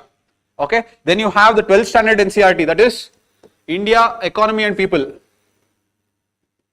India, economy and people. Okay, these are the only materials available and this is enough. Now those students, what they are expecting is, there is a book where there is a question on this and there is an answer for this also, or there is a question like this, there is an answer for this. It is not there. You have to generate that answer. And people are, if you have attended my class, I have taught you something called keyword approach in socio-economic geography. Practice that. If you practice that, you can write all the answers very easily. Okay, let us come one by one and write. Let us discuss. Now, let us come from the back side. Gangetic plains, was it easy or difficult? They are asking, let me read out the question first. Okay. Where's the question? Look at this. Discuss the distribution and density of population in the Gangetic River Basin with special reference to land, soil and water resources. Okay. So, all they are asking is, why does Gangetic Plains have very high density of population? That is all they are asking. So, you have to argue in different geographical reasons for why all the population is standing in Gangetic Plains. That's all is the answer. Okay. So, basically you will introduce by defining what is Gangetic Plains. Okay. And you will draw the diagram of, again I have told you, in geography diagrams are a must. In all the 6 questions diagram should have come. Okay, I will tell you how. Alright. Now, in Gangetic Plains, so basically the first diagram that will come is here, like this. Now here you are going to talk about how this entire region is a plain, and being the plain you are going to argue how topographically alluvial soil, rich aquifers, perennial rivers, highest accessibility, okay, and connectivity. See, these are the points you have to bring to talk why the population distribution is very high. You understanding this? These are all different. You can also add climate. Clear with this? This is how you will argue why population is very dense there. Now you will not stop there. Being my students, you will not stop there. It's a 15 marker. So then after telling this, you are going to justify much more further. Because it's a 15 marker, then you are going to draw one more map of India.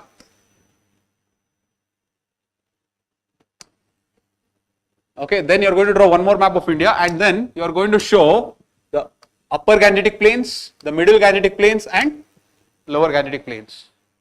In the upper Gangetic Plains, you are going to argue land, water, soil. Land means agriculture. Water, obviously, which river is flowing. Soil means alluvial soil. Then middle Gangetic Plain, land, water, soil. Then lower Gangetic Plain, land, water, soil. Can you do this or not? That's all. This is the answer. This is there in your notes. The point is you should practice. If you have not practiced, then it will not come there. Clear with this? Okay. Anyways, so this part, since we have done geomorphic division, so micro level you can answer, but let us assume that you are not my students, you don't know about it also. If you write this much, it is more than enough. Drawing the map, telling the Gangetic Plains and bringing the geographical regions, geographical factors that will influence the population to be concentrated there. That is the idea here. Okay. Again, pretty straightforward one. Let us go to the next one. This is again, I am going to mark it as easy. The next one, tectonics and continents and oceans. Easy or difficult? Straightforward. They have asked what are the different changes in the ocean. So ocean you have to talk about divergent plate boundary. Continent you have to talk about convergent plate boundary. That's all. They are asking very simple, straightforward, easy. What about this? Let me read out the question first. Whenever they include a lot of variables in the question, be very careful, but don't get confused. It's actually easy, but be very careful. Look at this. They are using 4 keywords. That's why I'll read out the question once. How can artificial intelligence and drones be effectively used along with GIS and RS techniques in locational and aerial planning? So basically there are 4 keywords, GIS and RS, and then along with that you have artificial intelligence and drones. So you segregate it first. So basically, which part of geography will this come under? Which part of geography will this come under? Application geography.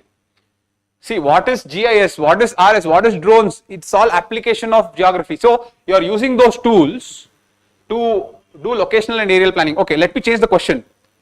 How can today's modern technology help in aerial planning? Will it change? Will the answer change? It will not change, it will stay the same. Let them use whatever variables they want. Application geography, I have taught you. In application geography, the variable X can change to any variable, but the consequences of the application of that will always be the same. I hope you are understanding this. Okay, so let us discuss. So, how can artificial intelligence and drones be effectively used along with GIS and RS techniques? First, define the terms GIS and RS. What is geographical information system? You're tagging all the geographical areas on geographical data. That is in other words, GIS means you're trying to segregate a region thematically. You're understanding this? For example, water rich regions in Chandra layout. Topographically plain regions in Chandra layout. This is what is GIS. Okay. So basically GIS means you are going to segregate a region thematically on different themes. It can be temperature, water, topography, soil, anything. This is what is GIS. The next is RS. What is RS? Remote sensing means you are going to monitor a region from remote areas, usually from satellites. That is what is remote sensing. Okay. Now tell me two important applications of GIS. I told you the meaning of GIS. What is GIS? Trying to understand a region thematically. Okay. Now, how will understanding a region thematically help me? Think. Very good. Urban planning. In urban planning, if I understand the road map and the traffic map, can I overlay those maps and understand the traffic congestion? And can I take steps to overcome that? That should come in your answer. Just urban planning and stop it there, you will not get marks. You have to tell in urban planning how GIS will help in overcoming that. Overlaying of these two maps will help in overcoming the traffic congestion, and that is how in urban planning GIS helps. That is one. Okay, come to remote sensing. Give me a point. Give me a point in aerial mapping. Okay. From a region, I am able to look at that area from a very, very long distance. Let us say satellite. What is the utility of doing that? Can someone tell? So many are there. Can I monitor the movement of rivers? Yes or no? Second, can I assess any disasters happening? So can I use it in disaster management? Yes or no? Third, can I use that in monitoring the movement of cargoes? So I can monitor that the cargoes are not going to other places, they are going to the destination where it has to go. So I can improve it in governance functions. Okay. Next, if I take remote sensing, can I see or monitor the resource usage? Is it abiding by the efficient rules or resource use efficiency? Can I monitor that resource use? For example, let us say that I can track the mining areas. So if I am tracking the mining areas, can I understand that with remote sensing that mining areas are done efficiently or not? Look at this. Next, can I use that remote sensing for environmental management? Forest fires, look at it there, I can keep going on. That is the beauty of application geography. It is never ending. You can keep adding points to it. But we will take only two points. So you understood 2 points in GIS, you understood 2 points in RS, remote sensing. Okay. So this is what you told. So in the beginning you defined what is GIS, what is remote sensing. Then you told application of GIS, application of RS in what? In aerial planning.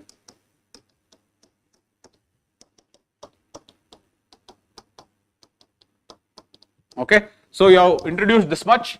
Now come to the second part of the question. What is the second part? How can artificial intelligence and drones be effectively used along with? So basically first you have told GIS and RS. Now by adding the next layer of artificial intelligence and drones, how can it add to it? Okay, now come back to this. So you have written this much. Now give the heading as how artificial intelligence can enhance GIS and remote sensing. Okay, so this is the subheading. Write 2 or 3 points. Give me 3 points, let us see. At the outside you should think artificial intelligence, the moment I know, can it absorb a lot of data? Yes or no? So GIS and RS usually will have a lot of complex data. If that complex data has to be simplified in a word that normal person can understand, who can help? So basically what can it do? Data processing for simplification purposes. See, you don't need to study any book for this. Okay, so will it help planners or will it not help planners? You understanding this? It will help planners understand the aerial planning much more better. Why? By absorbing the complex maps and simplifying it. You got this? The next one. Give me one more. Artificial intelligence, can it predict? It can be used as predictive models. See, GIS and RS can only be used to plan the future. I mean, it can only be used to plan what is being seen today. If I have to plan what is going to happen tomorrow, who is going to help me? Now, this statement that I told, did you know or did you not know?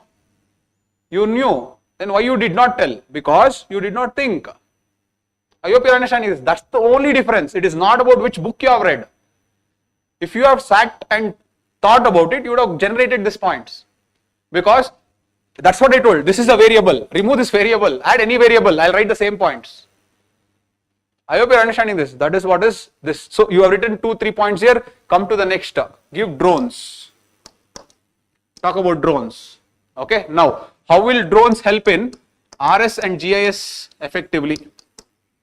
Can anyone tell me? Very good. Surveying what areas? See, remote sensing is trying to monitor the land from far distance. In that far distance, can they monitor micro changes?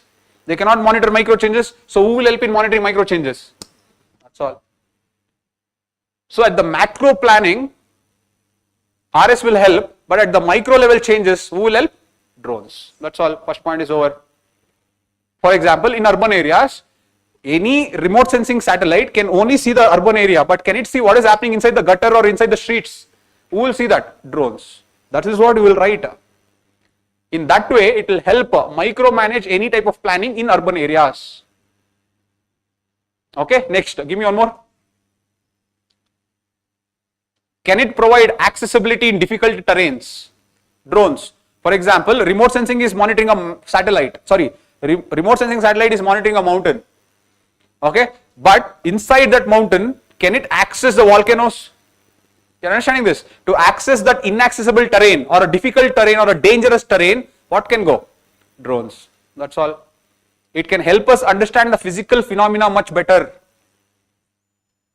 by providing accessibility to the dangerous terrain or the difficult terrain. This is all you have to tell. I hope you are understanding this. This is all. There is nothing too great about it. If you know the basics properly, it is all about play of basics. That is why I keep telling you, don't read more, write more. Because when you are writing, it will make you think. I hope you understood this. Okay, so this is about the question. Okay, so this is there. The next is onshore and offshore oil. This was a difficult question because usually we will not touch upon this, and I would have just told 1 or 2 statements about this. So 2 things that you should at least know. How are petroleum and natural gas formed? How are they formed? Fossilization of marine microorganisms, that you will know. And where are petroleum and natural gas found? In continental shelf. So these are the 2 informations that you will know. Okay. When that continental shelf comes up above the sea level, then that is known as onshore of oil mills. When it is inside the continental shelf, then that is known as offshore. Okay, so this differentiation you should know. Let me read out the question first. Look at this.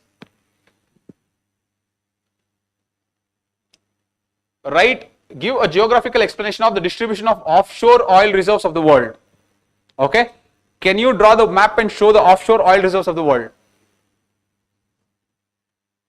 Or you feel that there has to be a book that I should have studied, or sir did not teach me, so I cannot write? If yes, you can write, tell me how. I am going to draw the world map. Tell me where all will you show the petroleum and natural gas resource?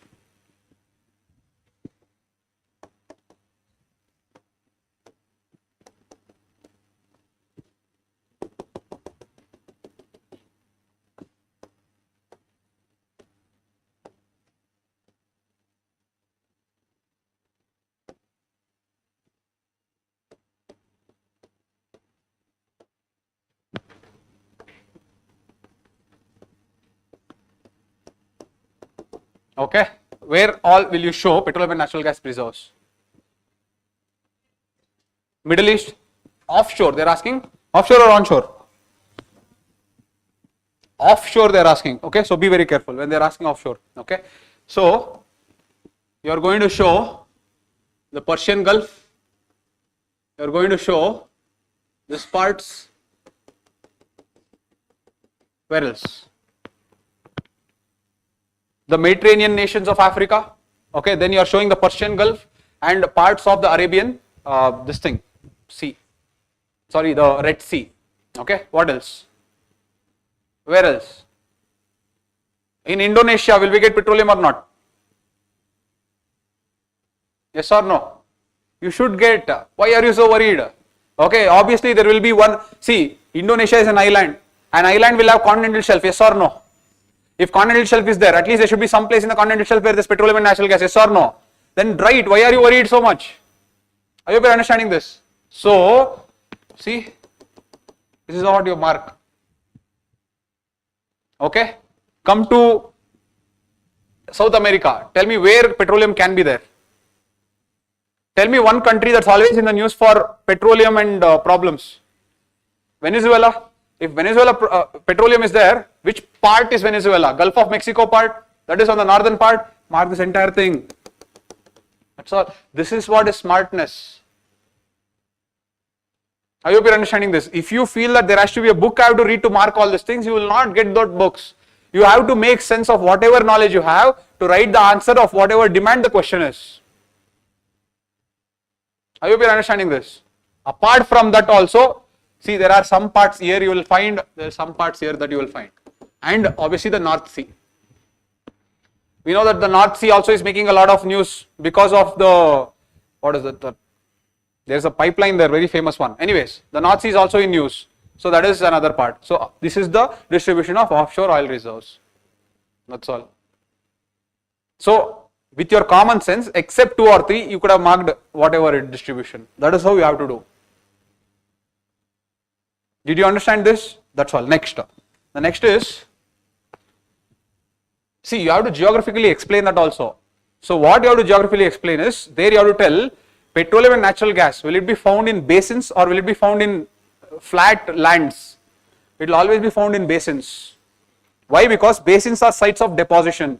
So when these marine organisms die and go and sit, because burial happens, that marine organisms will undergo fossilization, that will form petroleum and natural gas. So geographical explanation you have to give this. That is what they are trying to ask. Okay. Then they are asking, how are they different from onshore occurrences? Okay, alright, let us assume that onshore occurrences you don't have much idea, but differences you can definitely write. Okay, when I say differences, look at this like this. If I take this side as offshore and this side as onshore, okay, differences with respect to which is more available, for which technology you need more intensive, which is more capital intensive, which is less environmentally degrading, okay, which is economically more viable. See, like this, if you answer this and go, that is only the difference. For example, in the world, offshore is less, onshore is more. In technology, for offshore, you need advanced technology, whereas for onshore you need relatively less advanced technology. Why? Because it's on the land. This is in the ocean, so you have to go to the ocean and dig deeper. Obviously you need advanced technology. Okay. Next, capital. This offshore is obviously capital intensive, whereas this is relatively capital less. Dig Boy in Assam, which started 200 years back. Obviously that means it has to have less capital and we can start it. Whereas Mumbai High, that is there in the continental shelf of Mumbai. Okay, it requires greater capital to start. See, common sense. Then, which is less, offshore is less or onshore is more degrading? Offshore, oil spills can happen. If oil spills happen over water, it is not easy to clear. Yes or no? So, it is more degrading compared to this. Okay. So, like that, which is more economically viable? Offshore is. Okay. Why? Because, onshore is, not offshore. Obviously, capital intensive there is. Onshore is more economically viable. Look at this. This is how you create these dimensions and you start answering the differences. But problem what happens is, the moment they ask you difference between onshore and offshore, people will think that I have to write very technical points. I don't know the technical points and they will skip the answer overnight. That is not the attitude. I hope you are understanding this. So if you can generate dimensions like this, you can easily write the answers. You got this? Okay. So difficult, relatively difficult, to write this answer in that specific point of time. But if you have practiced whatever I have told, with whatever knowledge that I have told in the class, at least my student should be able to write a proper answer. I am not telling good answer, a proper answer for this. Okay. Anyways, let this go. Your face shows that no sir, I will not be able to write. It's okay. The next is what are tsunamis? How and where are they formed? What are their consequences? Explain their examples. Easy or difficult? Easy question, straightforward. Explain briefly the ecological and economic benefits of solar energy generation. Easy or difficult? You will draw the world map and show the solar energy potential sites of India. Don't forget. The moment, okay, they asked ecological, I'll write 3 reasons. Economical, I'll write 3 reasons. I'll stop the answer. That is correct, but you will definitely draw the map here. Okay. Even tsunamis, you will draw 2 maps. One map you will show the waves going, breaking and standing up like this. That is one. The second is you will draw the world map and show the O and O convergence regions. Remember the island arc that I will show? Aleutian, Japanese, Philippines, Indonesian. You should show that. That is the O and O convergence zone. So all those regions are vulnerable to tsunamis. So 2 diagrams should come there also. Okay. Now, what are non-farm primary activities? How are these activities related to physiographic features of India? First of all, tell me what are non-farm. First of all, tell me what are primary activities? Only agriculture, that means it is non-farm primary activity. Agriculture is correct, but then what is non-farm? What is primary activity? What is primary? What is secondary? What is tertiary? Yes, anything that is dependent on the nature directly, that is what is primary. Anything that you take from the nature and process it, that is what is secondary. Anything that is dealing with usage of that manufactured resources, that is what is known as tertiary. Okay, so coming to primary, primary means those things that are dependent directly on the nature. Agriculture, as she told, because it's dependent on the land. Apart from that, what else is there? Fishing. Apart from that,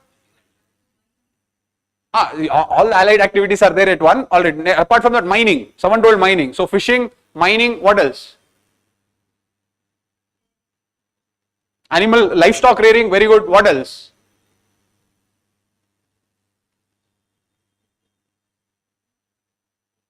Which one? Apiculture. All right. Anything? Anything else? Sorry?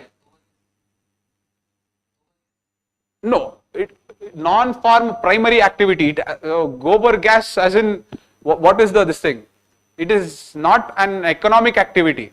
Okay. It will support an economic activity. Okay. All right. So let us take only this much what you told. No issues. Look at this. So you told non-farm primary activities are fishing, mining, livestock. You can keep going. Pastoralists, nomadism, shifting agriculture. There are so many different things, but we will take only this thing what you told. Now, what is the question? The question that they are asking is, what are non-farm primary activities? You will elaborate what is non-farm primary activities. How are these activities related to physiographic features of India? Okay. Basically, then what you will do, discuss with suitable examples. Take fishing. How is it related to physiographic features of India? You will talk about the coast. Okay. And when you are talking about the coast, you are going to draw it in detail. You are going to talk about the fishing in the west coast and fishing in the east coast. How the potential is high in the east coast, but the production is more in the west coast. There you are going to give geographical regions. Okay. Talk about the continental shelf. Talk about the coastal communities. Okay. Talk about the climatic factors. I hope you are understanding this. Okay. So these are coming to fishing. Tell me about mining. You will talk about the eastern plateau and plains. You will talk about the Jharkhand, Chhattisgarh and yes. You will talk about geology here. Okay. You will talk about the geology, the Dharwarian rocks. Okay. That are very famous for minerals. Then you will talk about the plateau as such. Okay. So about mining. Then come to livestock. Which area will you talk here? Which area is dominantly seen livestock? Central islands. Remember the Bundelkhand, Bagelkhand, Vindhyas, Satpuras, Aravalis. That is the reason that is dominantly seen as livestock. Why is livestock dominant there? Why is livestock dominant there? Climate. What type of vegetation is seen? Very good. Pastures. Pastures will support what? Livestock. That climate will support what? Livestock. Agriculture is not dominant. Why? Because rainfall is very less. The climate does not support agriculture. So the entire dominant is going on to livestock. See, like this. 3 important cases, 3 important diagrams telling 3 important geographical features. Your answer is over. You will be understanding this. Straightforward answer these are. That's again, you don't have to read any book. If you know what is non-farm primary activity, you will be able to answer. Okay, that also, if you just sit and think there for a minute, you will be able to understand it. If they are telling non-farm primary activity, that means farming is also primary activity. If farming is also primary activity, what else are there? If you can just think like that, you will be able to generate it. It is not that difficult. You got this? Okay. The next one. The next is, how are the climate change and sea level rise affecting very existence of many island nations? Easy or difficult? Easy. Okay. Whenever they ask you, how are they affecting? It is a consequence. Think of the stakeholders. Okay. What are the stakeholders? I have told you in my keyword approach. Think of atmosphere, lithosphere, hydrosphere, biosphere, how it will affect different spheres. Okay. So in that island nations, what will happen to the soil? In that island nations, what will happen to groundwater? In that island nations, what will happen to the organisms there? In that island nations, what will happen to the coastal communities who are standing there? In that island nations, what will happen to the entire citizens as such? In that coastal nations, what will happen to the economy as such? Because island nations, will it be agrarian dependent or fishing dependent? You are understanding this? Will it be inland dependent or coastal dependent? Understanding this? So their tourism will be hurt, their fishing will be hurt, livelihood will be hurt, the entire economy will collapse. So that is the line of thought you should think for this question. I hope you understood this. Again, it becomes very easy if you know how to generate that dimension. Okay, it is all about dimensions, it is not about content. Content, after generating the dimension, automatically you will put. But the moment you are looking at the question, you should know how to generate the dimension. I hope you are understanding this. So overall, for my students, whatever keyword approach I have thought is more than enough. Just believe in that and practice it. For other students who have not attended the class, you can, one, socioeconomic geography, I have told you the NCRTs, practice questions of socioeconomic geography by taking questions and answers. Okay. When you see, it is all, geography is all about generating dimensions. It is all about generating dimensions. Whenever they ask you X, what is the effect of X on planning? The moment they ask you a question like this, it is an application question. So for those students, I am telling those students who are not attending the class, segregate the topics like this. One, there is application geography. The second is industrial geography.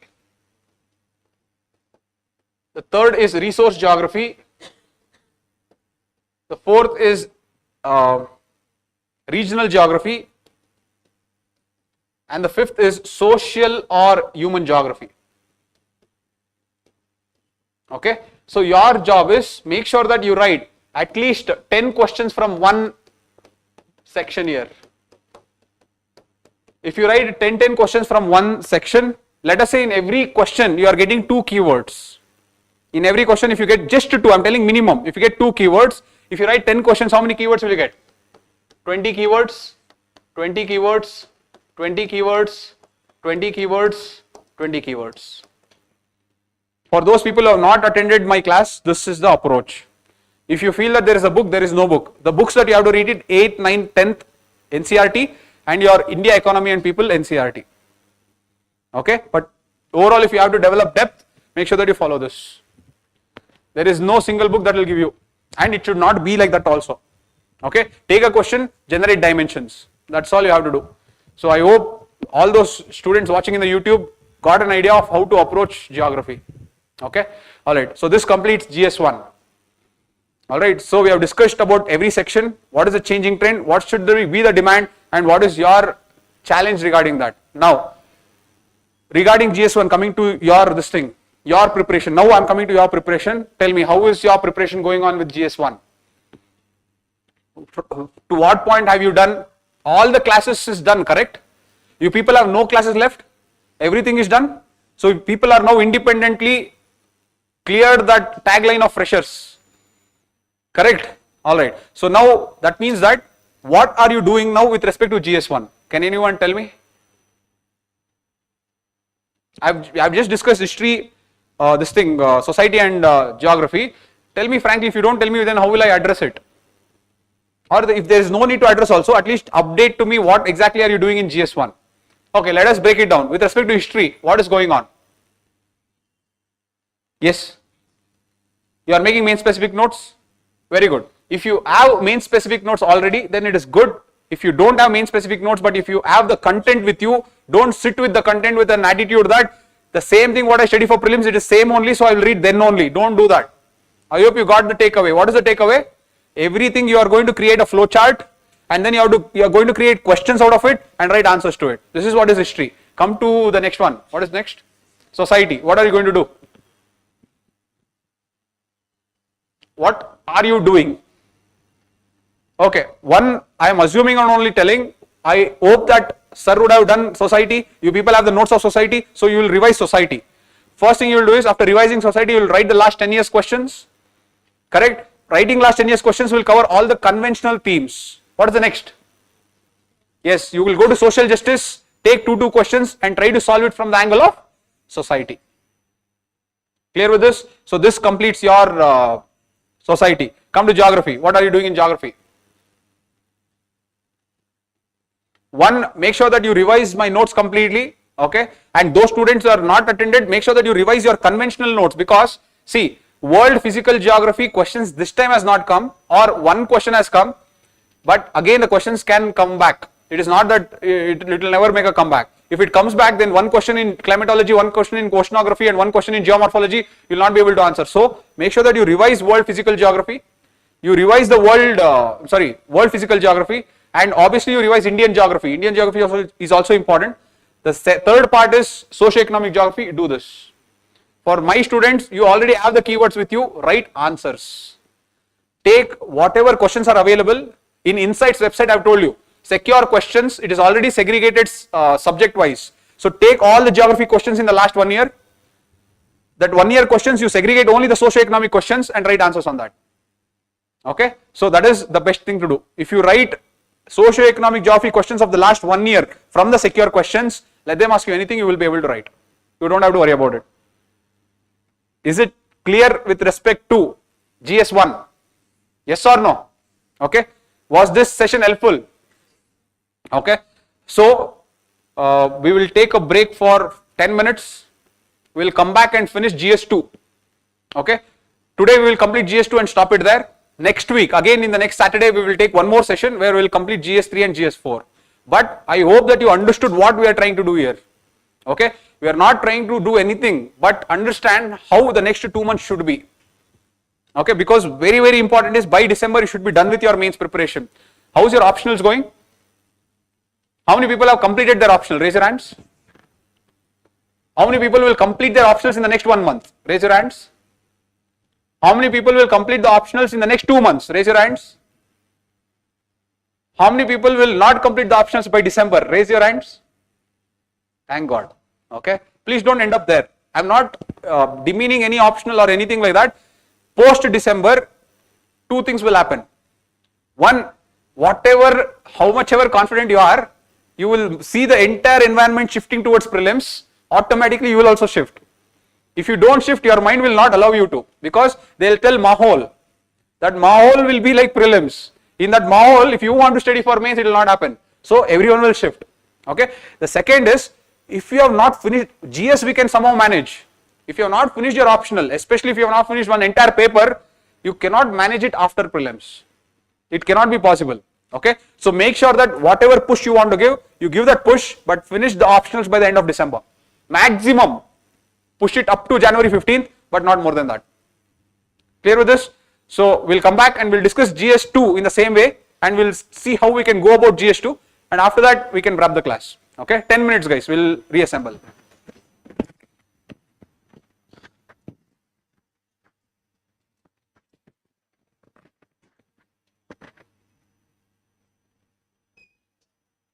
Even though knowing the things we can't able to generate in exam pressure.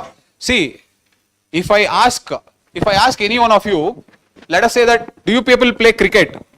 Okay, assume that you will play cricket. I will tell you, okay, today you go and play against Pakistan in the international tournament. Will you go and bat? Can you stay even for 1 over? This is also the same way. Why are you taking this differently? There you are telling, no, sir, that is international level, sir. How can I go without any practice? Then here also the same thing is there.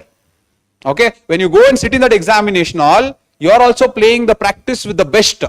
You are also, the opponents with you who are sitting for competing for that exam is the best in this country. So when you want to compete with the best in this country, you also should practice like them only. Okay, so if you are not able to generate the points in exam like conditions, it only means that you lack practice. It does not mean that you lack intelligence. Okay, so generating points is not something that is great or something that is innate in you, natural. You can acquire it. That's what I told. Take the question, sit and think. But if you don't know about the subject only and if you sit and think, nothing will come. Okay, you have to read that subject first. You have to understand. For example, you have to know society syllabus properly. If you know the society syllabus properly, then you sit and think, these points will come. As society only I have not revised, sir, nothing is going to come. I hope you are understanding. So once you read the subject, you are done with studying, then thinking, generating, listing out the keywords, again revising the keywords, applying the keywords, generating more keywords, using it. Keep doing that, automatically it will become easy. Okay guys, so basically you understood for the next, see what you should understand is in the next 3 months how to prepare for mains. That's what we are doing. So in the next 3 months, what should be done for GS1 we understood. What should be done for GS1? There are 3 sections. All the sections require different approaches. All the sections cannot be used the same approach. Okay. What are different approaches? 1. History. You understood that first create the flow, and after creating the flow you create questions, and to that questions you write answers. Done. Society. If you already have the notes on conventional syllabus, don't try to make the notes again. When I say conventional syllabus, salient features of Indian society, secularism, regionalism, if you have already the notes, don't try to make another notes for it. That is enough. After having the notes, you should write the answers for last 10 years. Okay, last 10 years means 60 questions. Every year 6 questions come, so 10 years means 60 questions. So by writing the answers, you will have so much content. That is only more than enough. After that, just take, in the last 10 years, just take 2 questions and practice social justice in society. Don't be very rigid. Take any 2 questions that has high chances to come in society. For example, poverty, inequality. Such questions you take and you practice from the societal angle. That is enough. Society is over. Then coming to geography. Read the entire notes, whatever we have done, or people who have not attended my classes, read the world physical geography, read Indian geography completely. Then socio-economic geography, my students read the keyword approach and write answers to the last 1 year of secure questions of socio-economic geography. Who have not attended my classes, socio-economic geography, read the 8, 9, 10 NCRT, the 12th standard India economy and people, and do the notes like this for socio-economic geography. So I hope you understood how to go about doing your preparation for GS1. Shall we start with GS2? Alright. So let us start off with GS2. So in GS2, again you have to understand every section requires a different approach. Okay, you cannot apply the same approach everywhere. Look at this. Now, if you have 3 sections, polity and constitution. Then you have social justice and governance. And then you have international relations.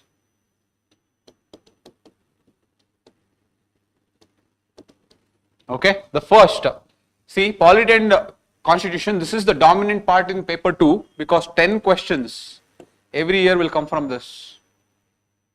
Okay, you will have 6 questions from social justice and governance and 4 questions from international relations. So the marking distribution is 125 marks, 75 marks and 50 marks.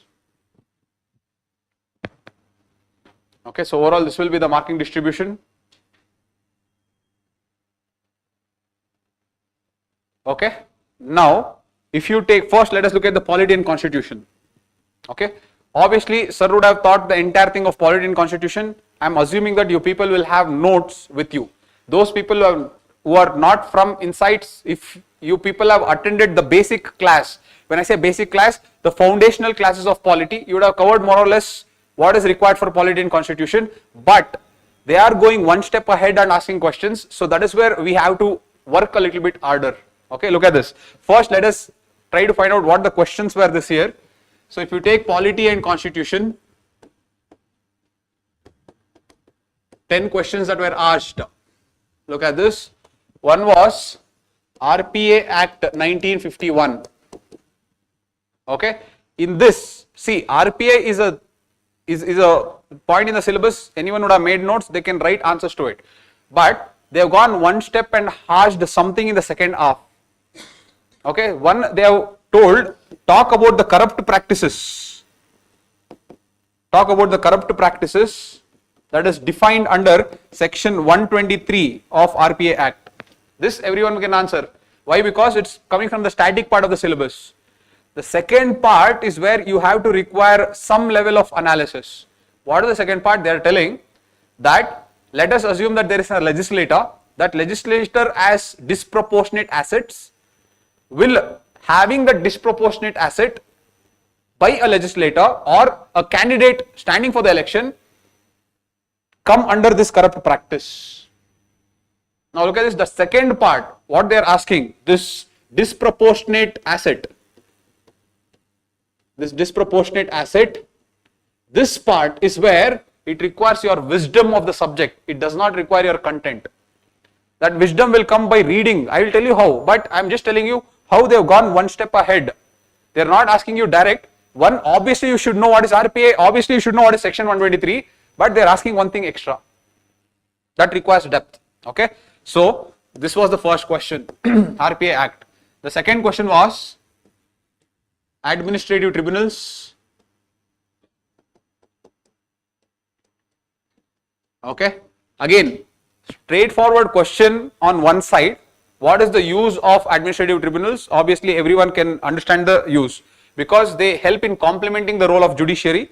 So you can talk in those lines. Okay, now here also they have gone one step ahead and they have asked, examine the rationalization of tribunals that was recently done. See, that rationalization act that was done in merging the tribunals, abolishing the tribunals. So you have to talk on those lines. Now to talk on those lines, you need to do that extra work. The basic notes will not do. So again, look at this. That extra work is demanded here. Okay, this is the second question. The third question was on J&K Reorganization Act 2019. Okay, again at the outset, it is looking as a difficult question, but overall, if you know the functioning of any union territory with a legislative assembly, you will be able to answer. Okay, again, they have not gone any extra step ahead. It just, again, it depends on the wisdom. Let us come to that again. This is the third question. So 1, 2, 3. The next question was, they have asked on Attorney General of India. Attorney General of India. Again, a direct question. This is the second time that they are asking. This is again a direct question. Okay. Fifth question. A fifth 10 marker. There was another 10 marker. Very good. Power of pardoning. Power of pardoning of India. President of India and USA. President of India and USA. Okay, President of India and USA. This is coming under the topic called comparative politics. They always ask, take one feature and ask you to compare. That is always there. Again, I am going to come to this, how they are asking one step extra. We will come back to this. So these are the broader 5 important polity questions. In that polity questions, in the 5 questions that they have asked your extra effort in 3 questions. 1, 2, 3. This, everyone will find it difficult to write specific points. Like, what was the assembly strength increased? No one will know all those things. Okay. But what generic points you can write is, how governor is replaced by lieutenant governors. How the legislative functions can be overridden by lieutenant governor. how the bills can be reserved for the president, how the working of that assembly happens in the same way the working happens in Delhi, how the governor will have extra discretionary powers, especially when it comes to public order, law and order, and land. You understanding this? So what is in Delhi, you can take that only and put it here. More or less it is the same. So that you can do, but specific points no one will get. You will also not get. Don't worry about it. I hope you are understanding this. So overall it may seem difficult, but it is not so. If you use your wisdom, you will be able to write. Okay. This is a direct question. Okay. So these are the 5 questions of polity in 10 markers. So if I go to 15 markers, we are still in polity. If I go to 15 markers, one question was apply constitutional morality to balance judicial independence and judicial accountability. Judicial independence and judicial accountability.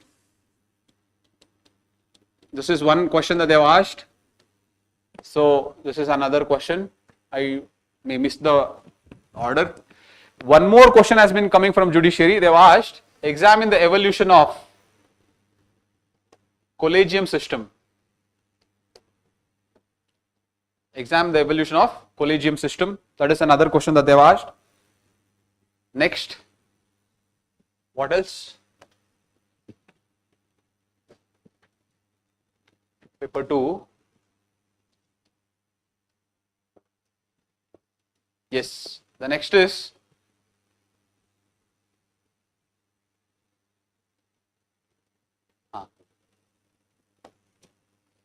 evolving of center-state relations. Evolving of center-state relations. Financial relations, sorry. Evolving of center-state financial relations. This is another question. Another question is about NCPCR. NCPCR and how its relevance is important in protecting children.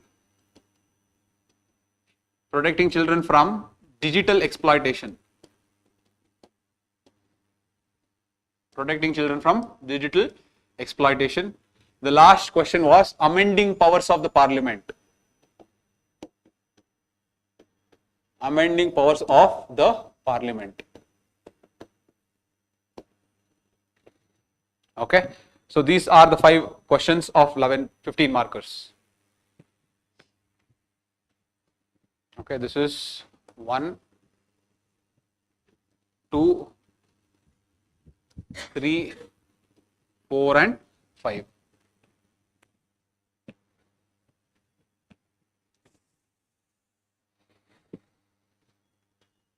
Okay, now let us discuss in brief. See, one thing you should know, always in a GS2, 15 markers will be relatively easy. It is always the 10 markers that will be very difficult. Okay, so keep that eye. Now, come back to this. Sorry.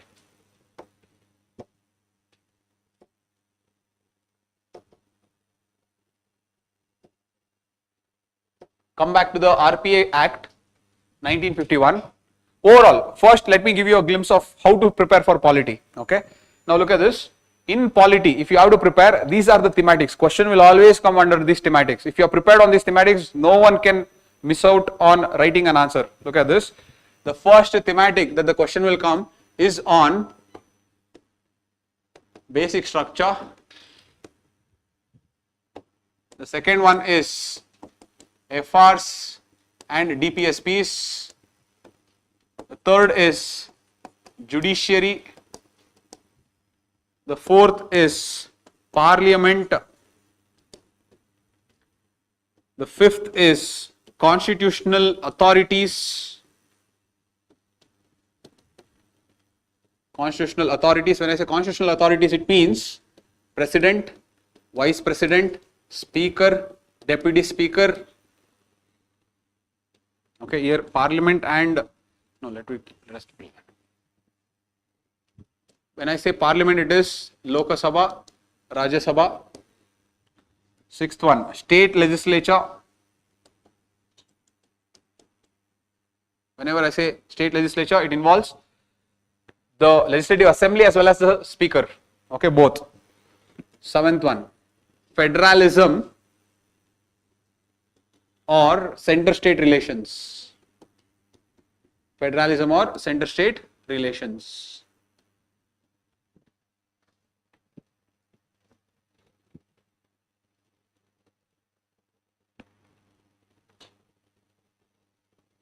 Eighth is statutory bodies, statutory authorities.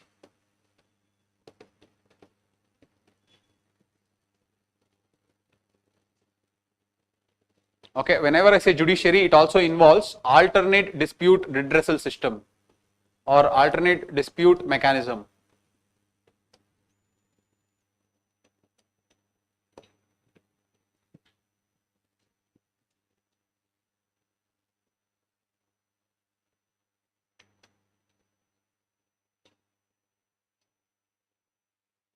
Okay, if you can prepare notes on this, more or less you can write answers on this. For example, if you want to test this, take the last 10 years of polity paper. When I say polity, 1 to 5, 11 to 15. This time what they have done, they have asked 1 to 5, 11 to 14, and then they have asked 18th question. NCPCR is in 18th. Okay, overall polity 10 questions will come. If you take those 10 questions, they'll always fall in the broader working of this theme. Okay, so if you can prepare, for example, if you take parliament, it is not only Lok Sabha and Rajya Sabha. You should talk about how is executive holding accountable of, how is legislature holding account of executive? What are the challenges of the parliament? Why is the parliament lacking productivity? Are you understanding this? What are the functions of committees? What is the normal procedural, procedural way of functioning of a bill? Budget. I hope you are understanding this. So covering all angles of the parliament is important. Okay. How is Rajya Sabha losing its efficiency, or what is the importance of Rajya Sabha? So that you have to cover all angles. If you can cover all angles, if you take center state relations, center state can have different relations. It can have political relations, financial relations, delegation of powers. It can have collaboration, confrontation. So like that you have to cover all those angles and create answers.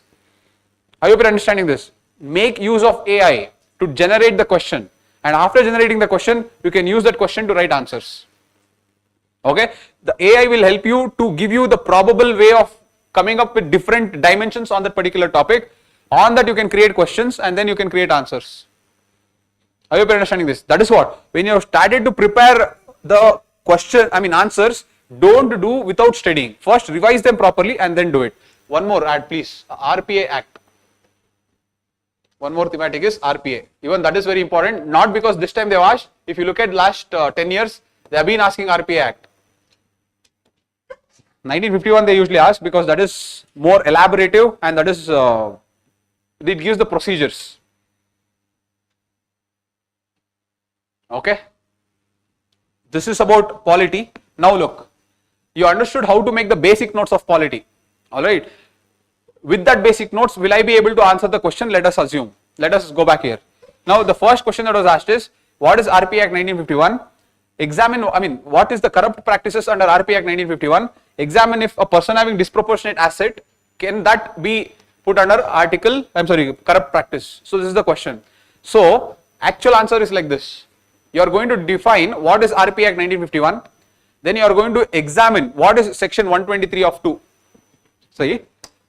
So let us say that the answer is, so you will start with the introduction.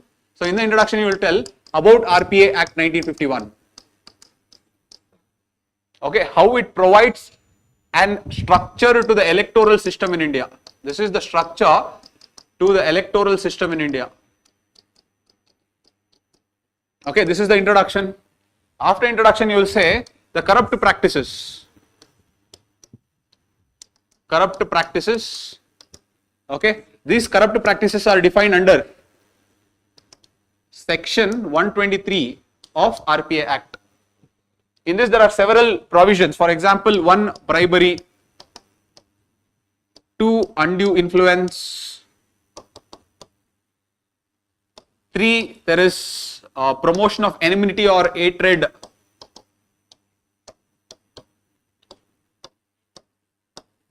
okay, like this there are many provisions of section 123.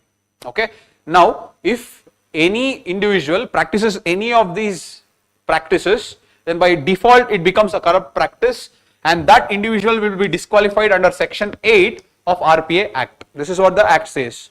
So this is something that everyone will know who have prepared notes on RPA 1951. Okay. Now comes the next part, where what are they telling? They are telling that if a legislator or a candidate has excessive or disproportionate asset, obviously that is a corruption. Disproportionate asset means you have more asset than what you should have. That means by default it's a corruption. So if it's by default corruption, can we consider it as corrupt practices under this Act? Okay. Now to write this, you have to use your wisdom. There is no book that is going to tell you this. You are understanding this? So 2 points you will say. Under this Act, nowhere it says that disproportionate asset by default will become a corrupt practice. So that is the first thing that you will say. Directly this Act does not mention in any provision under the RPA Act under section 123 that disproportionate asset is part of the corrupt practice. Yes or no? But this is where a lot of people will stop. No, but you should not stop. What if that disproportionate asset, that person is using that money to influence voters? Can this be corrupt practice? Yes or no? Why are you missing this angle? This you should tell. This is where wisdom comes. You should tell that. In the second point, you should say, when that candidate or the legislator uses the disproportionate asset in influencing the voters and voters' decision, then it is implicitly meaning that it comes under the corrupt practice under section 123 Act and can be disqualified. Okay. For example, look at this. Section 123 of 2. Section 123 of 2 says undue influence. Okay. Undue influence means you are taking some money and you are trying to influence that voter. Can I put this entire disproportionate influencing voter under this? This is how you will look. This extra step, whatever you told, this requires wisdom. No book will give you. I hope you are understanding this. Now, why are they asking this question is, this was told in Lok Prahari Supreme Court case 2018. There are two cases. 2023 case talks about ad hoc judges. 2018 case Lok Prahari judgment is talking about this only. When a legislator has disproportionate asset and that legislator is influencing the voters, can I disqualify that legislator? This was the question. So they told that it does not come directly under corrupt practice just because that person has disproportionate asset. If that person has disproportionate asset, what should we do? We should do Prevention of Corruption Act 1988. So that legislator should be punished for the disproportionate asset, and that should be punished under this Act, not this Act. But the moment that disproportionate asset is taken and the influence is done on the voter, then you come under. This is what was told in Lok Prahari judgment 2018. But I am not telling you that you should write the judgment, you should know the judgment. I am telling that using this wisdom of just because they have disproportionate asset, it will not come. But if they influence the voters, automatically it comes under the corrupt. That wisdom should come automatically. I hope you are understanding this. So here also, again, no textbooks will give you this. And I am not telling you that you should have known that Lok Prahari judgment to write this also.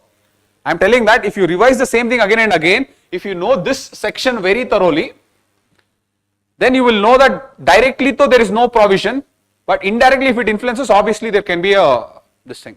I hope you are understanding this. That is why basics becomes very important. I hope you are understanding. This extra level, to write this extra level, if anyone will try to read books, you are going to not succeed. But how to create this wisdom? In two ways. In two ways you can create the wisdom. One, revise the basics, read newspapers. Okay, in the last 2 months, do you know how many important cases have come? Are you tracking this? Important cases that are happening in the last 2 months? Tell me one case in the last 1 month that has been a landmark judgment. Not even last week only it happened.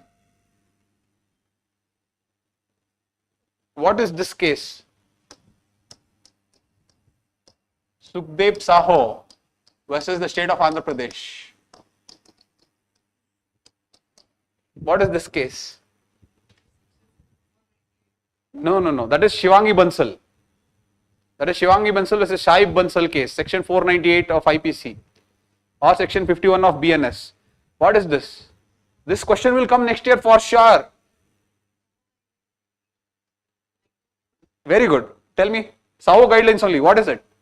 They have expanded the scope of Article 21 to include mental health. So now mental health is also part of right to life and personal liberty. You understanding this? What I'm trying to tell is, sir, how to know this? Will I get notes? You will not. You should not get notes and try to prepare. What I'm trying to tell is, this was there in the newspaper article. Every day, all you have to do is, whatever comes in the Hindu editorials, just read that and write an answer on that. That's all you have to do. If you do that, you will be able to remember all these things. Okay, there was one more very important landmark case. Ram Charan versus Sukaram case. Okay, what is this case? 2025 only. Tribal woman is excluded from inheritance in the name of customs and traditions. Is it constitutional or unconstitutional? This judgment told. Excluding tribal women from inheritance in the guise of customs is unconstitutional. 2025 the judgment came. Until then, there was a judgment in Madhu Kishwar versus the state of Bihar. This was in 1996, I think. Okay, this was 2025. Okay, this was 1996. In this judgment, they said excluding women from inheritance in the name of custom is constitutional. They did not say constitutional, is not unconstitutional. That's what they said. So, you could exclude women from inheritance up to this point. You could exclude women from inheritance in the name of customs, especially amongst tribes. I hope you are understanding this. So, this you have to learn out of intent, not out of, oh, this will come in the exam, that's why you should learn. So, when you are learning this, you will understand that in Hindu Succession Act 2005, in Hindu Succession Act 2005, you cannot discriminate between men and women. Everyone will have equal inheritance. But there is an exception.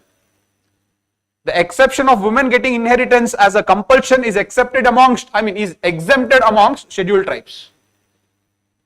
That exemption is what was playing all these years up to this 2025. In this case, they removed it now.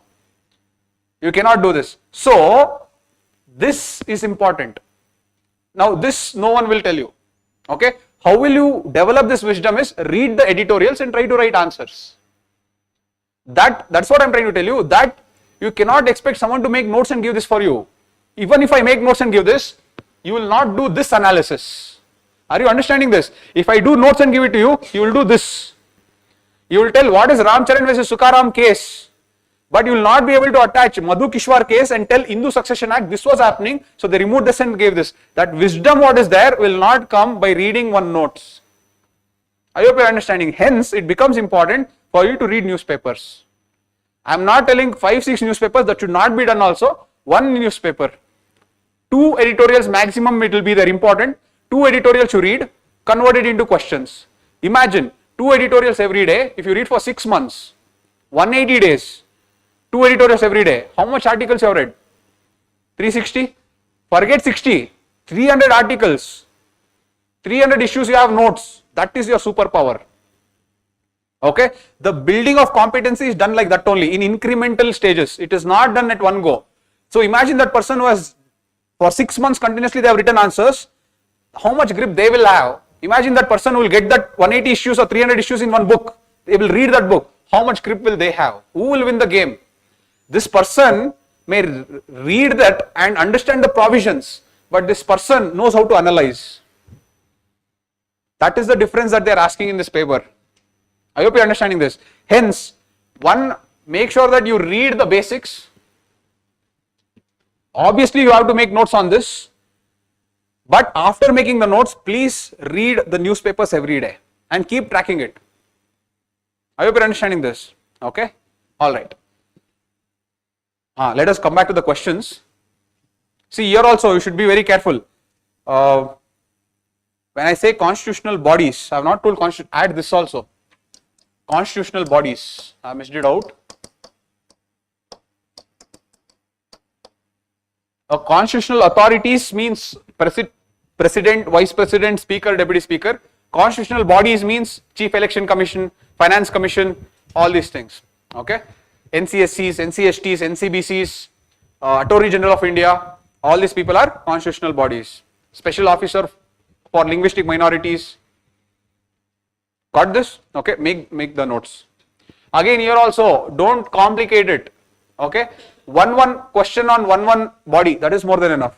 If you take CEC, okay, let us say that if this is a table like this, if this is CEC, what should be the introduction? What is the functions, roles and responsibilities, challenges, current issues, conclusion, over. Go to Finance Commission, do the same thing. Introduction, roles and responsibilities, challenges, issues, conclusion, over. Again, there also constitutional body, don't take it and make it a use thing. In one day, entire constitutional body should get over. I hope you are understanding this. So it should be very, very quick. Okay, alright. So this is about RP Act. I was just explaining you how this wisdom is required. Okay, now coming back to administrative tribunals, as I told you, straightforward question. Everyone will know Article 323A and 323B will allow administrative tribunals. How they are specialized tribunals that deal with specialized matters.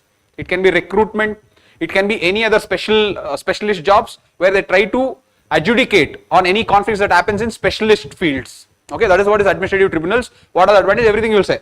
The second part is rationalization. Now look at this, look at the second part. I'll read it out.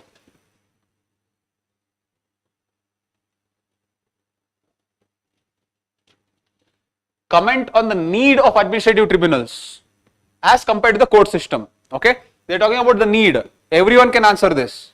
Why do you need administrative tribunals? One, they are specialists. You are needed for technical adjudication. Okay, you are needed for some type of proficiency you require in order to understand the conflict. That is the need. After that, whatever the need you have to write, you have to talk about the drawbacks of judiciary there. That is, judiciary is already burdened. Judiciary already has vacancies. Judiciary already has too many litigations. You are understanding this? So that whatever drawback you have inside the court, go and put it in the tribunal and say that is why we need it. You are understanding this? So the first part is actually very easy. It is not that difficult. The difficult part is assess the impact of the recent tribunal reforms to rationalization of tribunals. You are understanding this? So here, this you will not have a lot of points to play with. But using your wisdom, again that wisdom comes. How does that come? By writing a lot of answers.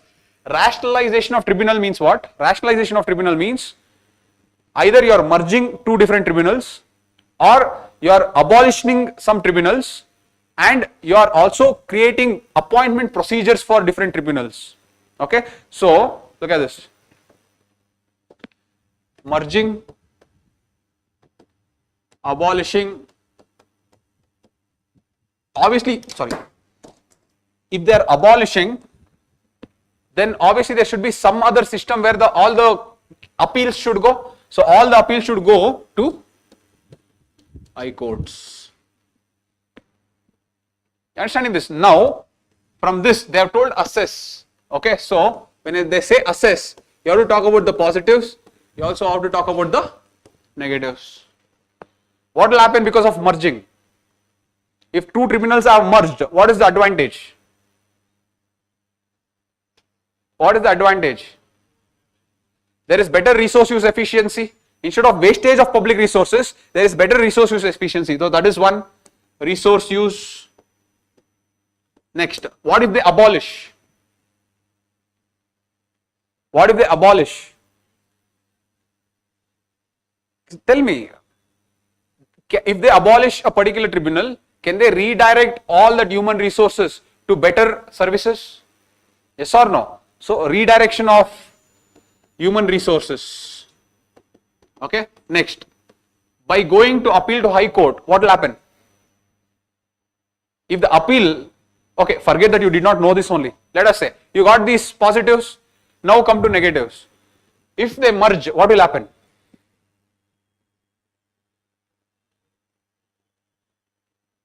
If let us say there are two tribunals, I have merged the two tribunals. Let us say civil aviation appellate tribunal and I have merged the telecom tribunal with it, appellate tribunal with it. What will happen if I merge two technically different tribunals with one another? Will the adjudication be effective? Yes or no? That is what you have to write.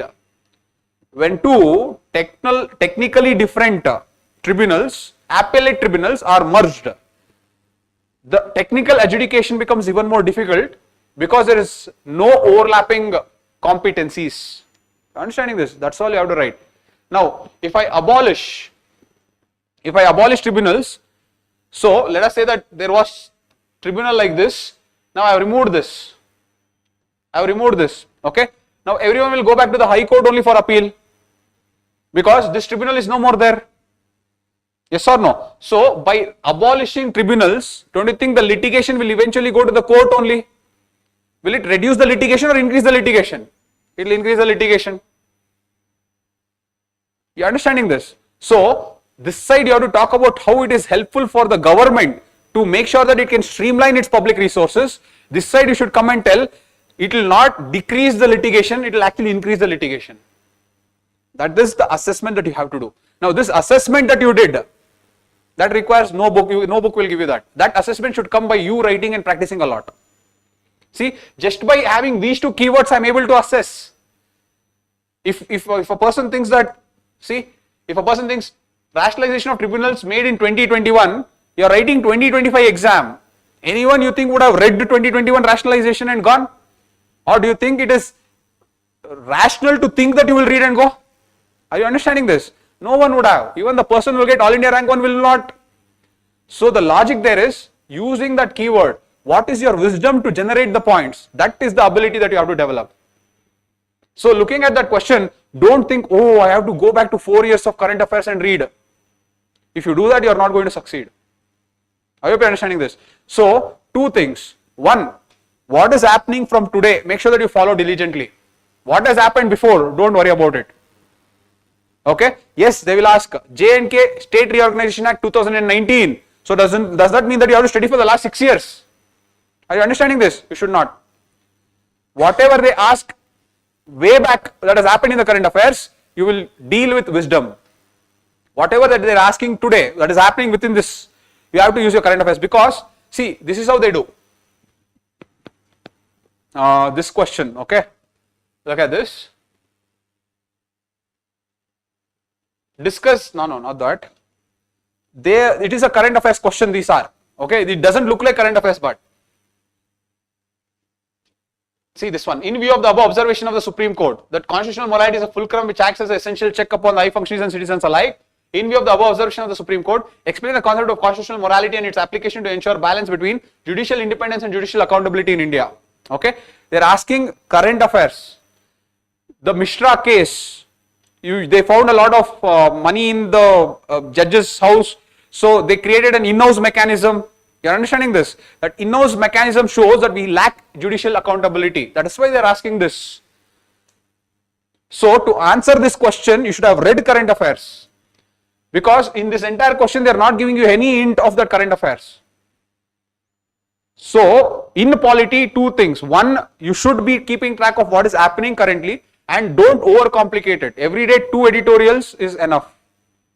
And the second is they will ask you very long back what has happened. Don't worry about it. You can use your wisdom to answer. Everyone will do that. You also can do that because they are going to ask you 5-6 years back. You cannot go back and keep reading them. So I hope this is clear. Got it? Okay. All right.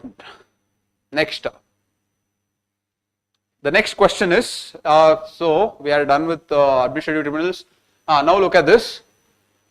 Compare and contrast the President's power of pardon of India and USA. All right. Yes. Please add this theme.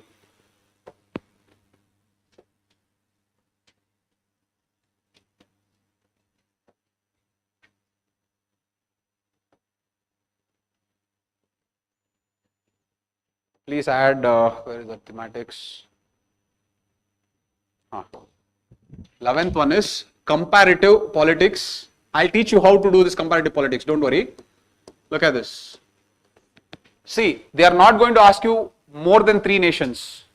These are the 3 nations that they are going to always ask you to compare. One is USA. Another is UK or Britain. And another is France. These are the only 3 nations. Okay. So, whenever you read any feature, it can be power of the president, it can be features like secularism, it can be feature like appointment of judges. Whenever you study that, from where has that particular feature come? Read the roots also. For example, Parliament. Parliament is a feature that has come from which nation? UK or Britain. So there are very high chances that they'll ask you the working of the Parliament between UK and this thing, India. Or Cabinet, UK and India. When you come to judiciary, there are very high chances that they'll ask between which country? You're understanding this? So if you have that wisdom, you'll be able to make notes on this. They'll ask only on this. They'll not ask you India and Russia. Though we have taken features from Russian also, socialism, they have never asked, tell what is the difference between Russian socialism, and they don't ask like that. Okay, so overall it will revolve around this. So this also you can practice with respect to what we have taken from them. On that basis you can talk. Okay, again people may say power of pardoning. Joe Biden did pardon his son before leaving the office, that's why they have asked. What do I do with that information? So many things will keep happening, so I can't track everything. Okay, so it is fine, let them ask. Finding out why they have asked is no use, but they have asked that question. That means that you have to understand that comparative politics is important. So when you are reading the newspaper the next time, if there is anything that is comparable, make sure that it is important. You got this? Okay, anyways. Compare and contrast the powers, President's power of pardon in India and in the USA. Are there any limits in both the countries? What are the preemptive pardons? See, they have only made it very, very easy. Okay, compare and contrast the President's power to pardon in India and USA. You will have more content in India or more content about USA? India only. So write about India. So here, when they say compare and contrast, don't divide the sheet like this. Don't do this. When you know that I have a lot of content about India, but I have very less content about USA, the moment you do this, you show the examiner you don't know. Okay, so whenever they're asking you to compare and you have a lot of content about one and you don't have you have less content about the other, don't follow this approach. Write in paragraph. So basically, you give the heading as pardoning power of the President of India.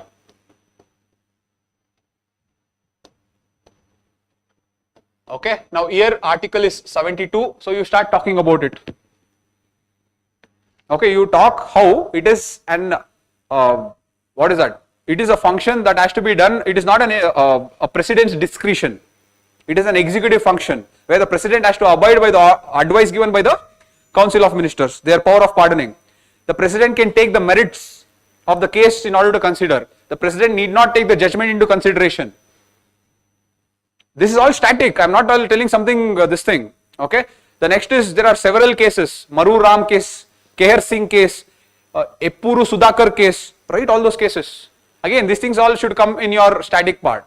So you wrote all that. Then give the heading as pardoning power of the President of USA. Obviously, everyone will know the pardoning power is executive discretion there. It is, presidential discretion, not executive discretion. It's a presidential discretion. That is, he need not take any permission. Why? Because presidential form of government. Ours is parliamentary form of government. Because it's presidential form, they will have excessive powers. So write that, presidential form of government, the president is supreme, hence the president can take the discretion in announcing the pardoning power, announcing the pardoning for any individual. Now, I can look at the internet and come and tell you section 2, article 1, all these things, but it is that in real time no one will know. So let it be. But at least this much you can write. Yes or no? Go to the next, limitations. Are there any limits in both the countries? Now come to India. Are there limits to this? Yes or no? Yes. The president cannot act in discretion. Now, whatever the president decision takes, is it open to judicial review? Yes or no? Yes, anything is open to judicial review. Indira Gandhi versus Raj Narayan case, they have told that it is open to judicial review. Let it go. But anything is open to judicial review, so that is another limitation. Now, is there any time limit for the president to act? Yes or no? There is no time limit. You have to mention that there is no time limit for the president to act. Okay, so these are the three things. But as judiciary told that just because there is no time limit, can the delay be indefinite? The judiciary has told no, the delay cannot be indefinite. That is also another limitation. See, all these things are there if you just follow what is happening. Okay, now come to the limitations in the next limitation here. Can the president pardon? Can the president pardon death sentence even in state laws? Yes or no? Yes. The power to pardon a death sentence lies only with the president in India. It is not there with the governor. Power to pardon death sentence. I hope you are understanding this. But the power to pardon other punishments, can he do it for all laws or only central laws? Union laws. I hope you are understanding this. That is, any other than death sentence, if there is any other conviction that has happened, you cannot pardon unless that person is convicted under central laws. State laws will go to governor. I hope you are understanding this. So these are the things that you should come. Why am I telling all this is, I know many points in India, but the moment I go to USA, I will have less points. So what will I do? Then I will put limits. So first I will put limits of power of pardon of President of India. I will give all the points. Then I will put limits, power of President of USA, I will give 2 points. I hope you are understanding this. So that is how I go. You understood this? So in President of USA, we know that in USA they follow a perfect federalism, where those federal units can secede also. So if that is the case, obviously the President cannot pardon those state convicts. Yes or no? So that is the limitation that I will tell, and I will stop it there, because with my wisdom I can only generate that much. That is okay, that is enough. If you always make it a point that I should know enough points in USA also as much as India, you are going to lose on writing about India. Don't do that. Whatever you know about power of pardon of India, don't miss out here. You have very little to write about USA, everyone will have very little to write, so don't worry about it. But make sure that you write diligently whatever you know about India here. Did you understand? This is the problem. People will preemptively assume that, oh, I don't know about USA, my answer will not be good. No one will know about USA. No one will have such great idea. Everyone will have basic idea. So even you will have. So try not to give up there itself. You write a proper answer. Yes, when it comes to USA, you are going to write 2 or 3 points and stop it there. That is okay. That everyone will do. But when it comes to India, make sure that you give it the best. All the Supreme Court cases, all the points, all the angles should be properly covered. You got this? Okay. Anyways, what are preemptive pardons? Preemptive pardons means even even before the trial, I will pardon that person, or even before that conviction happens only, I will pardon that person. That will not happen in India. That will happen only in USA. Okay. Why? Because in India, our criminal justice system does not allow, or the power of pardon is to correct judicial mistakes.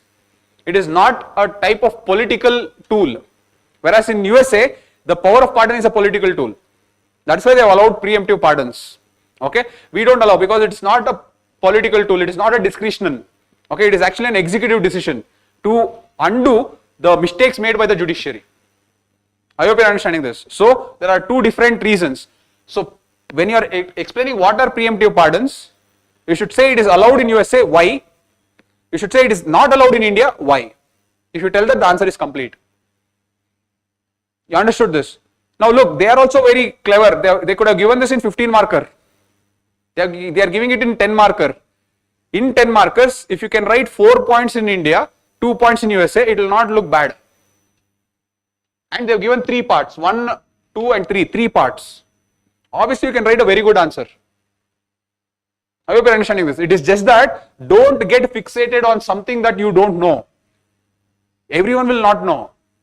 Okay, but you should always make sure that you will take the maximum advantage on what you know. And here you will know the pardoning power of the president.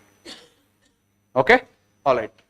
The next, discuss the nature of Jammu and Kashmir Legislative Assembly 2019, discuss their powers and functions. See, powers. How will the Union Territory of Delhi function? The same powers you have to write. Okay, how Lieutenant Governor will be the head. How the Chief Lieutenant Governor will act in the aid and advice of the Chief Minister and the Council of Ministers. How they can make legislative powers, but the Lieutenant Governor can reserve the bills for President. Next, how the Lieutenant Governor will always have the extra discretion when it comes to the subjects of police, land and law and order. What is in Delhi, I have just told, what is in Delhi I have just told for Jammu and Kashmir. Go check, it is also same. This is the powers. Functions, you take any assembly functions, there will always be 4 functions. One is legislative function, executive functions, financial functions and debates and discussions. These are the functions. Even here also it is the same. Even in Delhi also it's the same. Even in Karnataka it's the same. Everywhere it is the same. So see, that also you can write properly. So the moment you are looking at that question, there is nothing to panic. 2019, no one would have read that and gone there. When there was abrogation of 370, then all this issue was happening, everyone would have read. But then question did not come. Now the question has come. So that doesn't mean that you should read that and go. It is just that whatever wisdom you have read from reading your basic static, you will be able to answer. Again, clear with this? Okay. Everywhere it is the same. Okay. If you go to the 11th, these questions become even more simpler. Okay. You have to talk about how judicial independence also is important. Why? Because judicial independence is part of the basic structure. But judicial accountability also is important because of the recent cases. In-house mechanism, is it transparent or is it opaque? In-house mechanism, no one knows what happens there. Who is the investigating officer? What is the report? Will that report come to the public? You are understanding this? You should talk about that. Okay. The next is amending powers of the legislation. Direct question, Article 368. Okay. The amendment, any amendment to the constitution, what is the procedural limitation? Procedural limitation means what is written in the constitution. It can be introduced in both the houses, but not in the state legislature. Okay. It has to be passing with special majority. Can the president send for reconsideration? Amending, it cannot. You are understanding this? These are the procedural limitations. What is substantive limitations? Substantive limitation, see, procedural limitation means what is mentioned in the constitution. Substantive limitations means the limitations that are imposed by interpreting the feature of the constitution. So basically, what is the interpretation? If you take the Kesavananda Bharati case, basic structure is limiting the amending power or is expanding the amending power? It is limiting the amending power. Why? Because it tells you amend whatever you want to, but you cannot destroy the basic structure of the constitution. So see, the limiting of the, so that you have to talk. You are understanding this? Now, can the constitution go ahead and amend without taking the permission of the state when it comes to federal issues? It has to take the permission. See, that is a substantive. That was what was discussed in SR Bommai case. You are understanding this? The next is Minerva Mills case. Like that, you have to take substantive limitations and talk how the parliament's power for amendment was limited. That is also one part. So that is what they have asked here. Direct question, it is not that difficult. Okay. Evolution of collegium system in India, it was happening. Anyone who has read the newspaper should be able to answer this. Okay. 4 things. First judges case 1983, second judges case 1992, third judges case 1996, fourth judges case NJAC 2015. These things should come. Again, direct question. Alright. The last one is 18th question. The National Commission for Protection of Child Rights has to address the challenges faced by children in the digital era, examine the existing policies, suggest measures. Okay. Statutory bodies. Now, obviously you can ask, sir, you told me to prepare statutory bodies, but here they are asking a different question. They are attaching a contemporary issue to the statutory body. This they can do with anything. Okay. They can ask you, what is the advantage of making National Commission of Women a constitutional body? Okay. Now, when they ask you this, you should not think that I have not read in the book. You should think, what are the advantages of a constitutional body? And you should bring that and add it here. Are you understanding this? The advantages can be with respect to the voting upon on their salaries, their privileges, as well as the security of tenure, the independence, the submission of report, the answerability of the legislators and executives to that report. See, all these things comes with constitutionalization. That is what you have to put it there. I hope you are understanding this. So, they will always take one body. It can be constitutional body or it can be a statutory body, and they will attach it to something. Don't get confused. Here also, NCPCR is a statutory body. You know the roles and functions. They are talking about challenges faced by children in digital era. Okay. So, on this side you talk about the challenges. On this side you talk about NCPCR's functions and talk how NCPCR's protection of these children to overcome these challenges is helpful. I hope you are understanding. Now see, here also they are asking you of wisdom. What is the wisdom here? Examine the existing policies. The moment they say existing policies, it requires you to assess the different policies that you know about children.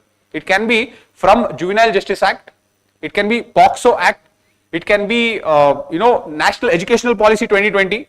So from different stream, it can be Digital Personal Data Protection Act. So you have to take in different streams and talk how those policies are helping protect children digitally. Now that taking different acts and talking about it, it will not come from any notes. It will come from writing a lot of answers. You getting this? Okay, all right. So to summarize the entire polity, we have just gone through the entire 10 questions. To summarize the entire polity, how will you prepare entire polity? Bird's eye view, tell me. You will make question and answers on these thematics. Okay, don't try to be very exhaustive and don't try to spend very much time. Look at the last 5 to 6 years of questions on these thematics, you will get an idea how to frame the question. Okay, but make sure that you write around, let us say, 10 questions on each thematics. More than enough, not more than 10. 10 questions on every thematics, more than enough. After this, what's the next thing? Read the newspaper every day. Make sure that you write at least 2 questions on 2 editorials. Okay, convert that editorial into question and write the answer. Now when you write the answer, again don't try to write perfect answers. Whatever they are trying to tell, even if you can write 150 words, that is more than enough. But writing it regularly will help you keep accustomed to different policies, different judgments. Now that different policies and judgments you can use in the answer even though they have not asked. That is why writing is very important.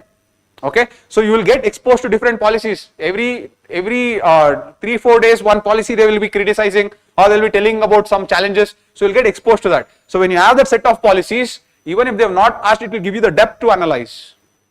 I hope you are understanding this. So this is what is very important for polity. 2 things. This is the pillar. Make sure that you make 10 questions on every pillar and then start practicing that question newspaper. Clear with this? This is how you have to go with polity. Any doubts in polity? Clear with this? Okay. All right. So let me just check the online, guys.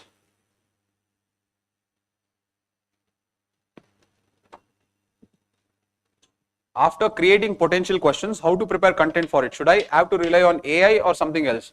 See, there is nothing wrong in relying on AI. Okay. But AI may not give you the most recent happenings that has happened, or AI may give you wrong facts that has happened. So you have to use a blend of both. One, use your basic notes, that is Lakshmikant book. You can use your AI, you can use your internet. For example, let us say that the question is on, alright, let us say the question is on, the question is on the importance of vice president. Okay, you are talking about the significance of the role of vice president in Indian democratic system. Okay, there you put this question in ChatGPT also. You try to go to Google, give the significant role of vice president, read 2-3 articles there also. Okay, overall once you read 3-4 articles, you will be able to generate, okay, I will use this in the introduction, I will use this in the body, these are the very good dimensions. I hope you are understanding this. So don't think that by clicking at one place you will be able to get the exact answer. Read 3-4 sources. You can see the Lakshmikant book of vice president, you can see the ChatGPT what it is trying to tell, you see 3-4 articles like Hindu article, some Indian Express article, or let us say some institute has created a model answer, you see 3-4, take 15 minutes to just check everything. After you have realized, okay, this is the structure I have got, I will take introduction, I will take this, I will take this, I will take this, write the answer. Don't sit and spend too much time. You should just take 10 minutes to just go through everything, you should create a structure in your mind and write the answer, that's all, done. I hope you are understanding this. This is how you have to do for everything. Speaker, when you search speaker, anti-defection law will come. So you should know that anti-defection law is in news, create a question on that. What is anti-defection law? What is the intent behind it? What is the issues happening? What should be the way forward? Done. Your anti-defection is over. And there when you talk about anti-defection, 2-3 cases should come, like Kihoto Olahan case, like that the cases should come, but the anti-defection should be done. You can use AI also, you can use internet also, you can use Lakshmikant also, you can use your notes also. I don't care. But the point is, you have to write the answer and keep it. You understood this? Okay, good question. Shubham, I hope that I answered that. Roshan, you are not busy, I'm sorry, you are not too late. You still have 3 months. Okay, see, this should be your target. Always keep this. GS1 20 days, GS2 20 days, GS3 20 days. GS4 I will not come, I will discuss. It should not take 20 days. Okay, so GS 1 to 3, 20 days. So in 60 days, that means in 2 months, the note should be ready. The second question is, you people may ask that, sir, should I write everything? Yes, you have to. It will take time, it should take time. That taking time means you are internalizing the concepts. Okay, the notes that you have written when you revise, it will be much more impactful rather than reading a notes made by someone else many number of times.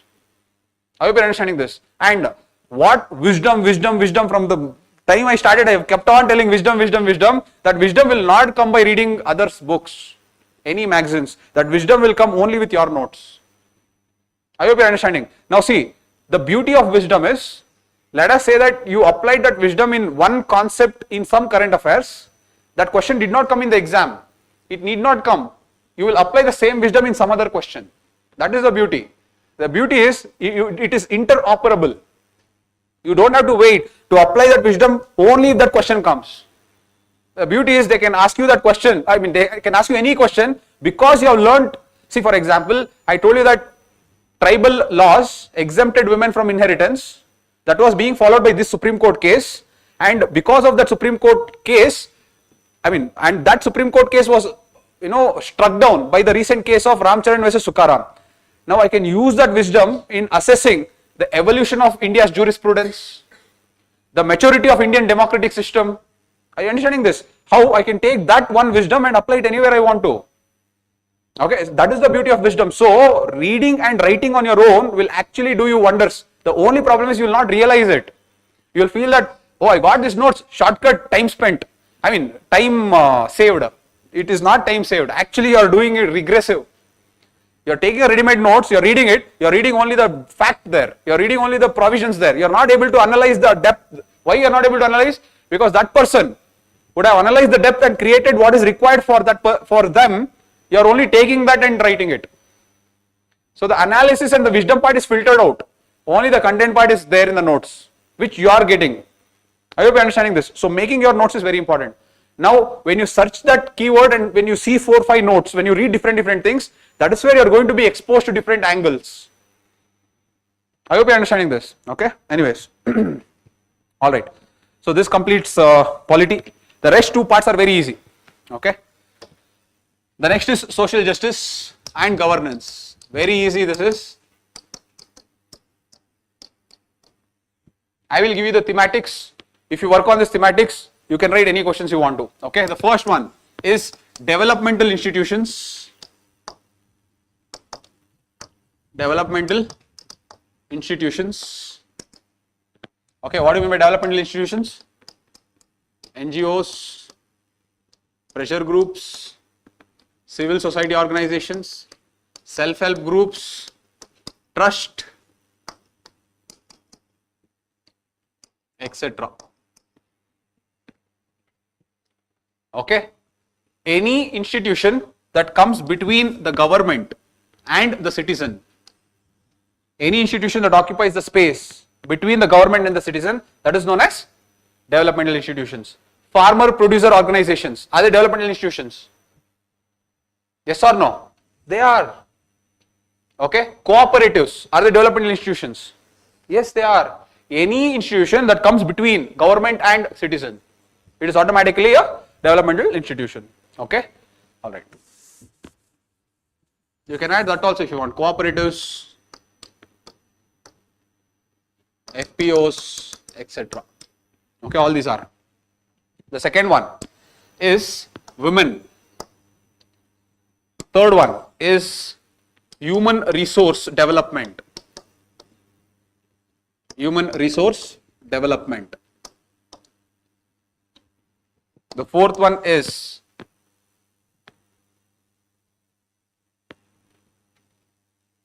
poverty and inequality. Poverty and inequality. The fifth one is vulnerable sections. Vulnerable sections. So here you can say SCs, STs, child, transgenders, senior citizens, widows, women I have anyway told there, so widows, etc. These are vulnerable sections. The next one is governance, good governance. Seventh one is RTI. Eighth one is e-governance, RTI and citizens charter.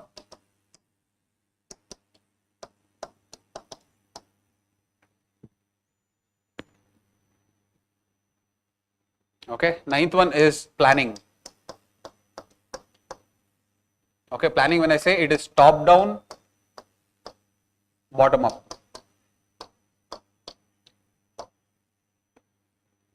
If you can make notes on this, social justice and governance is the most easiest part. Even this year it's easy, it has always been easy.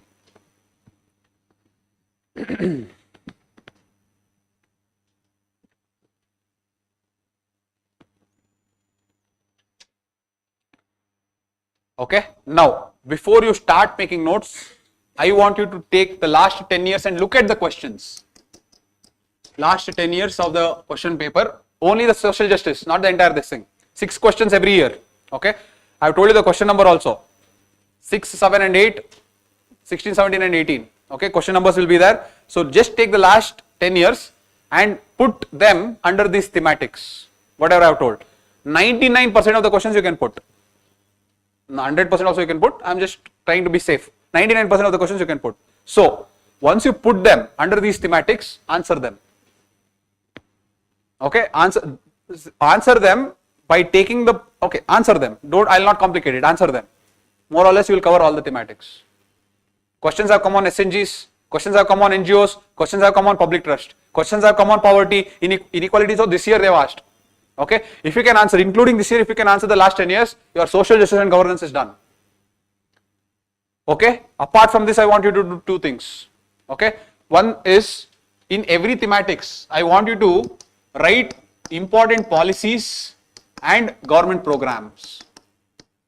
Policies though is anyway less, government programs don't make it more, maximum 2 programs. Maximum 2 programs. Okay, how will you write it? Not from prelims perspective. What is the age of the beneficiary? When will the beneficiary get it? Don't worry about the facts. What is the purpose? 2 points about the pros, 2 points about the challenges. Over. Okay. One more thematic just add. 10th one, health and education. Health and education. Health and education. Okay, that's all. So last 10 years paper, take all the questions and put it under this thematics so that you get the confidence. First you should put it, don't start writing. First you match it. Then you will understand, okay, sir is telling the truth. Okay, once you are then sure that yes, all the questions are falling in the bracket of this thematics, start writing answers on them. You will have so much of data and content that is more than enough. Don't worry about anything else. This year also e-governance, one question came, they twisted the question and asked, e-governance is biased. Last year also e-governance one question came, they told interactive model of e-governance is good. They keep asking, but whatever they ask, e-governance pros, e-governance disadvantages, the same thing you have to write. Okay, so if you go to the last 10 years, you will be able to assess how the questions are there and how you can answer. So you are going to write answers to them. After that, for example, women. What are the policies for women? 2 policies or 1 policy you will get. Take that policy, write 5 points, necessary points. 2 important, this thing, government program. Okay, so in policies you can talk about the prevention of sexual harassment at workplaces. So that is one policy you can talk about. So like that you can take 2 important policies and talk about it. Programs, you can talk about maternal health as one program.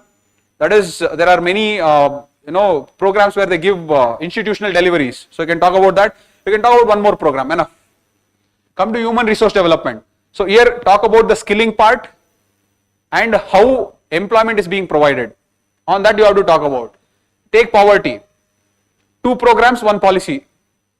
Like that, everything, when you take 2 programs, I have told you, not more than 5 points. What is the purpose of that act? What are the 3 advantages of that act? What are the 3 challenges of the act? Over. Okay. Now you can ask, sir, you can use that even though they don't ask it directly. That's what I'm telling. When they tell you analyze, you can analyze taking these policies only. Even though they have not asked, you can analyze them. I hope you're understanding this. So when they ask you, I told you that wisdom of analyzing using policies and programs will come with this social justice section. So you can take that policies, programs and apply it in polity also. I hope you're understanding this. So that is why this section is very important and very scoring. Clear with this? So overall you can do this. Okay? Alright. Right now I am a little very tired to go to the social justice question and discuss. We will do that in the next week when we hold the class. Is it okay? Alright. The last section I wanted to do is international relations. The last section is international relations. Again, the questions will always fall into this. Look at this. One is bilateral relations. The second is geopolitical grouping. Second I'll write neighborhood relations.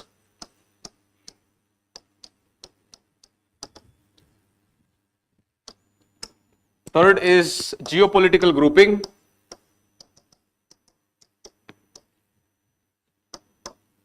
Fourth is regional grouping.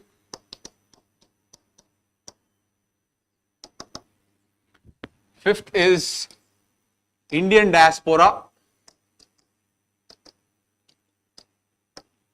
Sixth is India.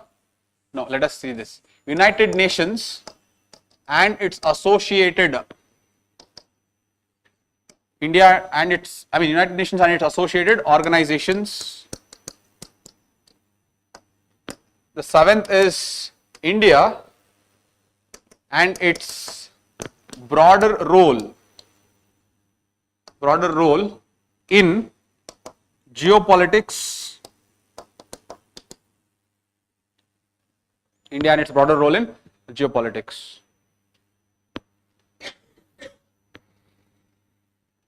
This is the theme.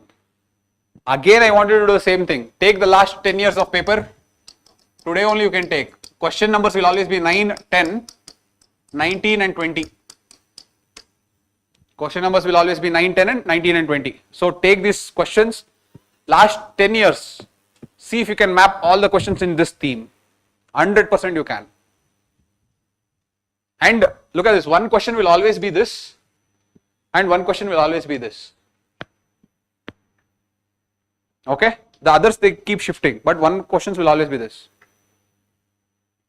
Okay, so that is the advantage of this. Now this thing comes, how to write in international relations, because international relations is very dynamic. Okay, they are not going to ask you something that has happened, non-aligned movement, they are not going to go there and all. It is purely dynamic. So if you see this time, they have asked 4 questions. Okay, what are the questions? If they have asked 1, India-Africa digital partnership. The second they have asked, there is waning of globalization, waning of multilateralism and rise of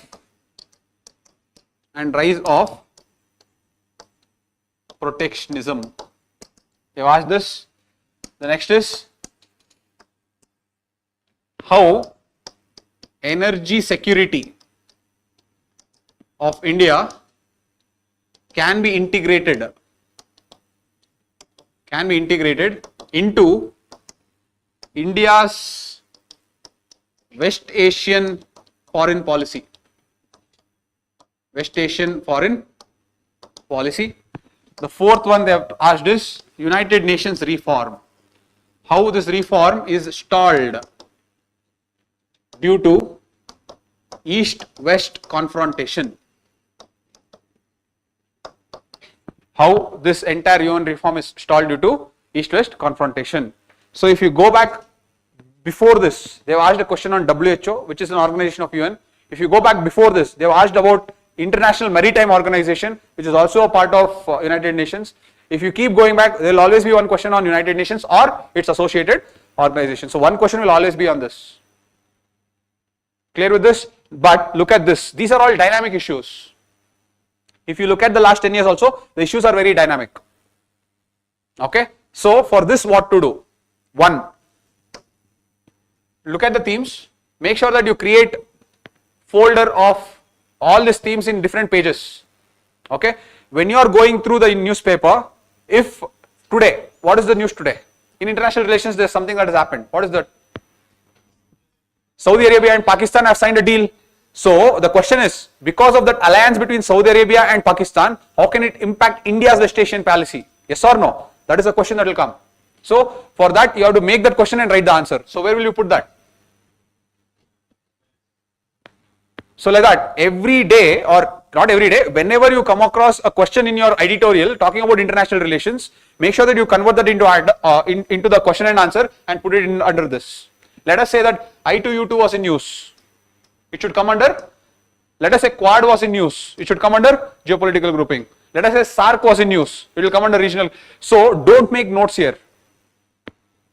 Go with the flow. That is, whenever you come across what is happening in currently, now this you can ask, what is this India and its broader role in geopolitics, sir? Here they can link it to biodiversity also. They can link it to climate change also. They can link it to Russia-Ukraine war also. Okay, that is, in the broader geopolitical things that are happening, what is India's role? I will give you a question. See, next year they can ask, global plastic treaty that is happening right now, should India sign it or not? That can be the question. Are you understanding this? The next, they are there is something called High Seas Treaty. Have you heard this? Okay, India has told it will not sign this. Okay, now they can ask you the question on this. So whenever there is a broader issue happening, and if India has a role to play in it, make sure that you make a note of it. You understood this? So that is what is this India and its broader role in geopolitics. Okay, so here in international relations, you don't have to sit and make a lot of notes, except I don't want you to make notes also in this United Nations and its associated organizations. Before you go to the mains exam, in your prelims you would have made notes on different associated organizations. Just revise and go, that's all. Don't sit and make notes for it. Whatever for prelims you will read, World Bank you would have read, IMF you would have read, WHO, then you have IMO, different organizations. So just make sure that you revise them and go. Don't make any notes on that. Okay, but let us say that there is any institution that is in news, UNESCO. If UNESCO is in news, make sure that you make a note on that. Don't make note editorials. I am not telling, see, when you make notes for mains, don't worry about other news that is happening. Go to the editorials directly. Every day editorials, there will be at least 2 that are important. The 2 editorials should be converted into answer under any circumstances. Don't miss on that. That's why, see, I am not giving you too much of things to do. I am keeping it very simple. I am only telling you, every day read 2 editorials, minimum, maximum is 4. Read that editorials, convert it into question and answer. Over. Don't worry about anything else. You only will see that power if you do that consistently for 6 months. You will know, you will have enormous amount of content in GS3 and GS2 only by doing that for only 6 months. Believe me this, work for 6 months and see how much content you will get collected. I hope you are getting this. Because I do it, because I have to post questions every day, I read that, I convert it into questions, I post it every day, I know how much content I will get collected in the matter of just 6 months. I have been doing it for last 2 years. Imagine the amount of content that's there with me. You're getting this? That is the superpower. And that will require you to be consistent. Okay, if you are just consistent, you will get all that data. But for a person to collect the data, it is not possible at all. No, see, the data that I have in the last 2 years that I have collated by reading the newspaper, no one can in any magazine suffice the amount of data that I have. Are you seeing this? This is not boasting. This is only filling you with confidence, telling that you will have so much of content with you with just 6 months of data that you can write any answers. So please make sure that you read the editorials and write answers. Okay, all right. So overall, this is it, guys. So this is about the international relations. One other thing, international relation that is very, very important is keyword approach. I told you, society, keyword approach is very important. International relations, keyword approach is very, very important. Okay. The next one is geography to an extent, especially in socio-economic geography, keyword becomes very, very important. These are the 3 important sections in mains. Keyword approach is very important. So what is keyword approach? Keyword approach is you have to create a data bank of keywords in order to write the language of that section. I hope you are understanding this. Let me just give you an illustration. See,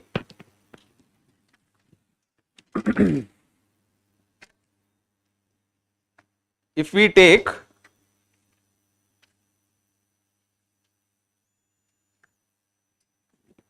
Okay. Now let us take one question. Look at this. If we take the question of, this is more easier to understand in a very short span of time. That's why I'm taking. Otherwise, I can apply it to anything. Okay. If we take,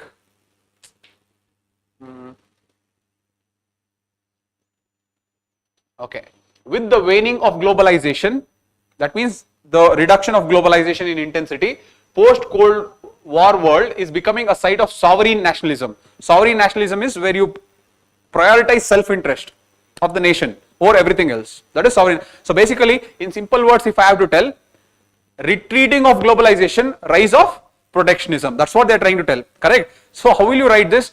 Just with keywords. Look at this. If I tell on one side, retreat of globalization. Okay, so if there is retreat of globalization, here if I add, look at this, one, economic decoupling. Economic decoupling. Second one is rise of protectionism.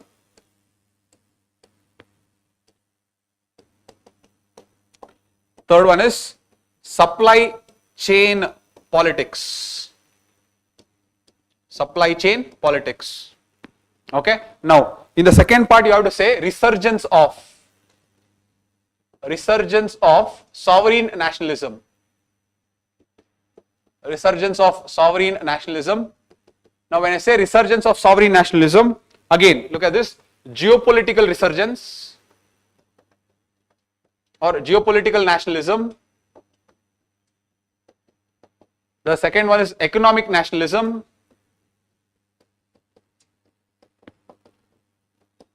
The third one is political nationalism.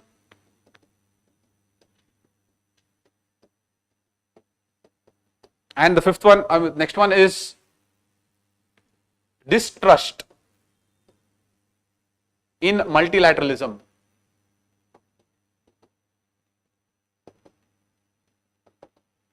Okay, look at this.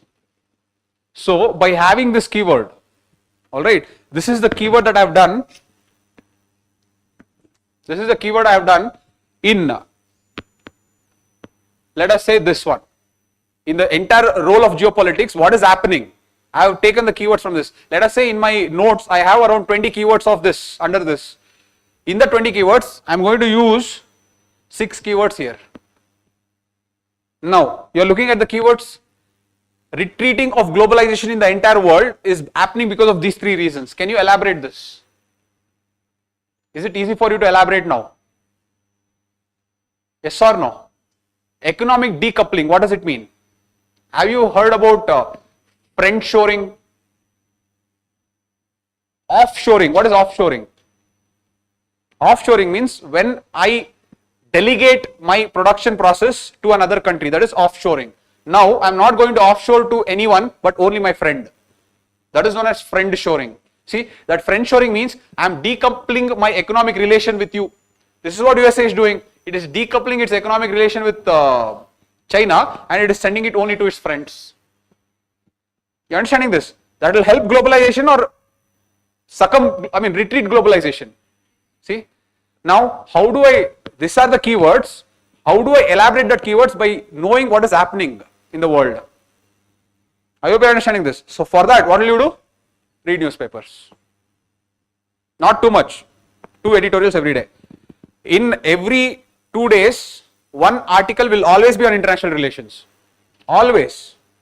Okay. So you will get a lot of keywords. Don't worry about the keywords at all. You will get enormous amount of keywords. You will get all angles, whatever thematics that we discussed. You will get all these thematics. There is no dearth at all. Okay. You will get enormous amount of data by just reading the newspapers. Okay. All right. I have discussed everything, but I'm kind of tired. Do you want me to discuss anything here, or can you elaborate on these points? See, this is what is keyword approach. You have predefined keywords on every thematics. The moment you understand that, okay, this question is coming on that thematic, you will go back to your keywords, you will take the keywords there and play with it. Once you put that keywords, then to create that narrative, you need your knowledge. Okay, for example, supply chain vulnerability. Okay, the supply chain politics. Now we know that there is a division that is happening post-COVID. the South nations are trying to get their own supply chain so that they reduce their dependence on USA and China.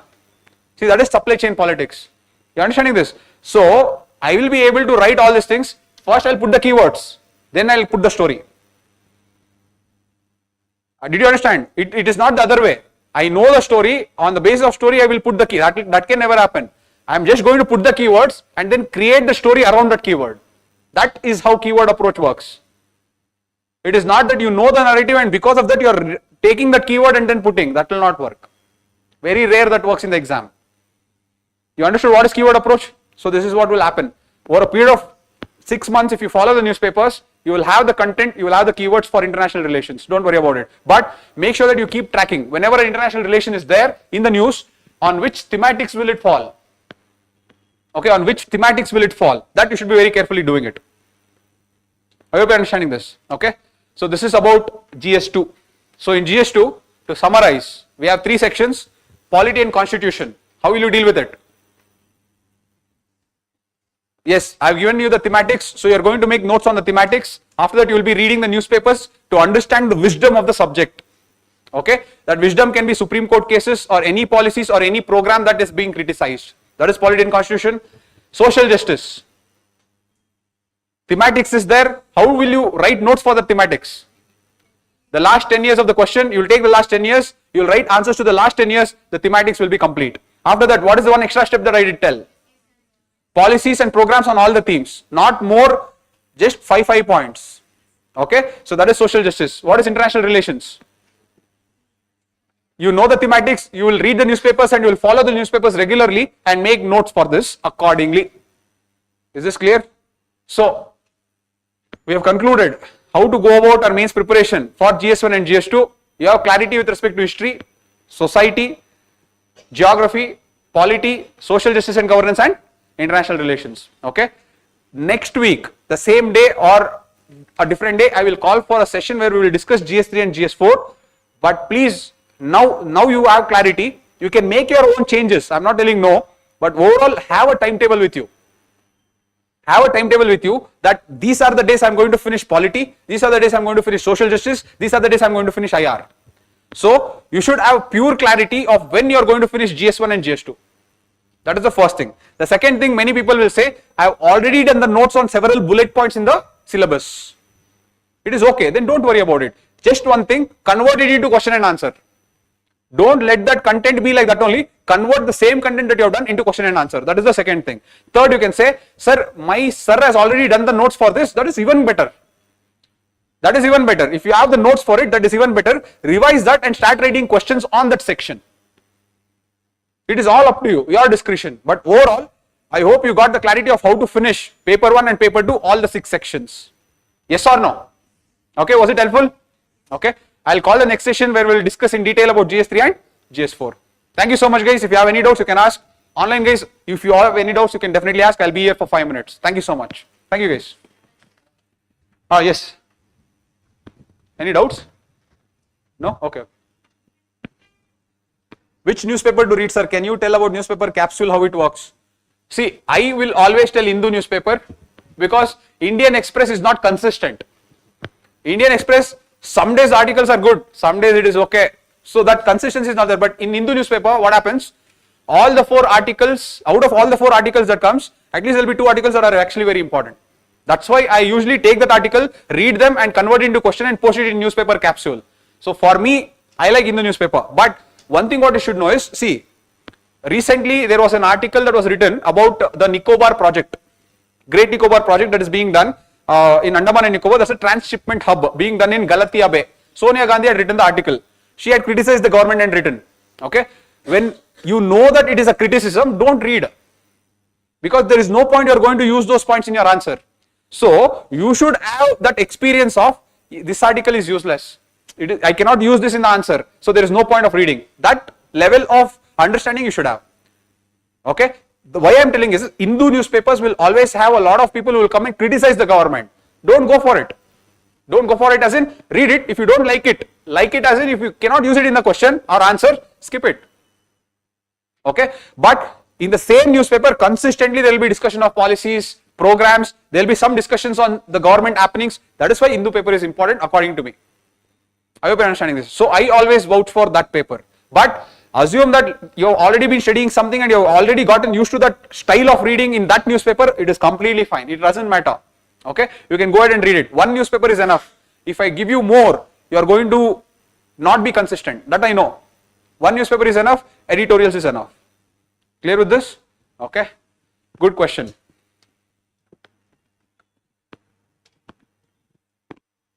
Sir, what should be the approach if classes are going on?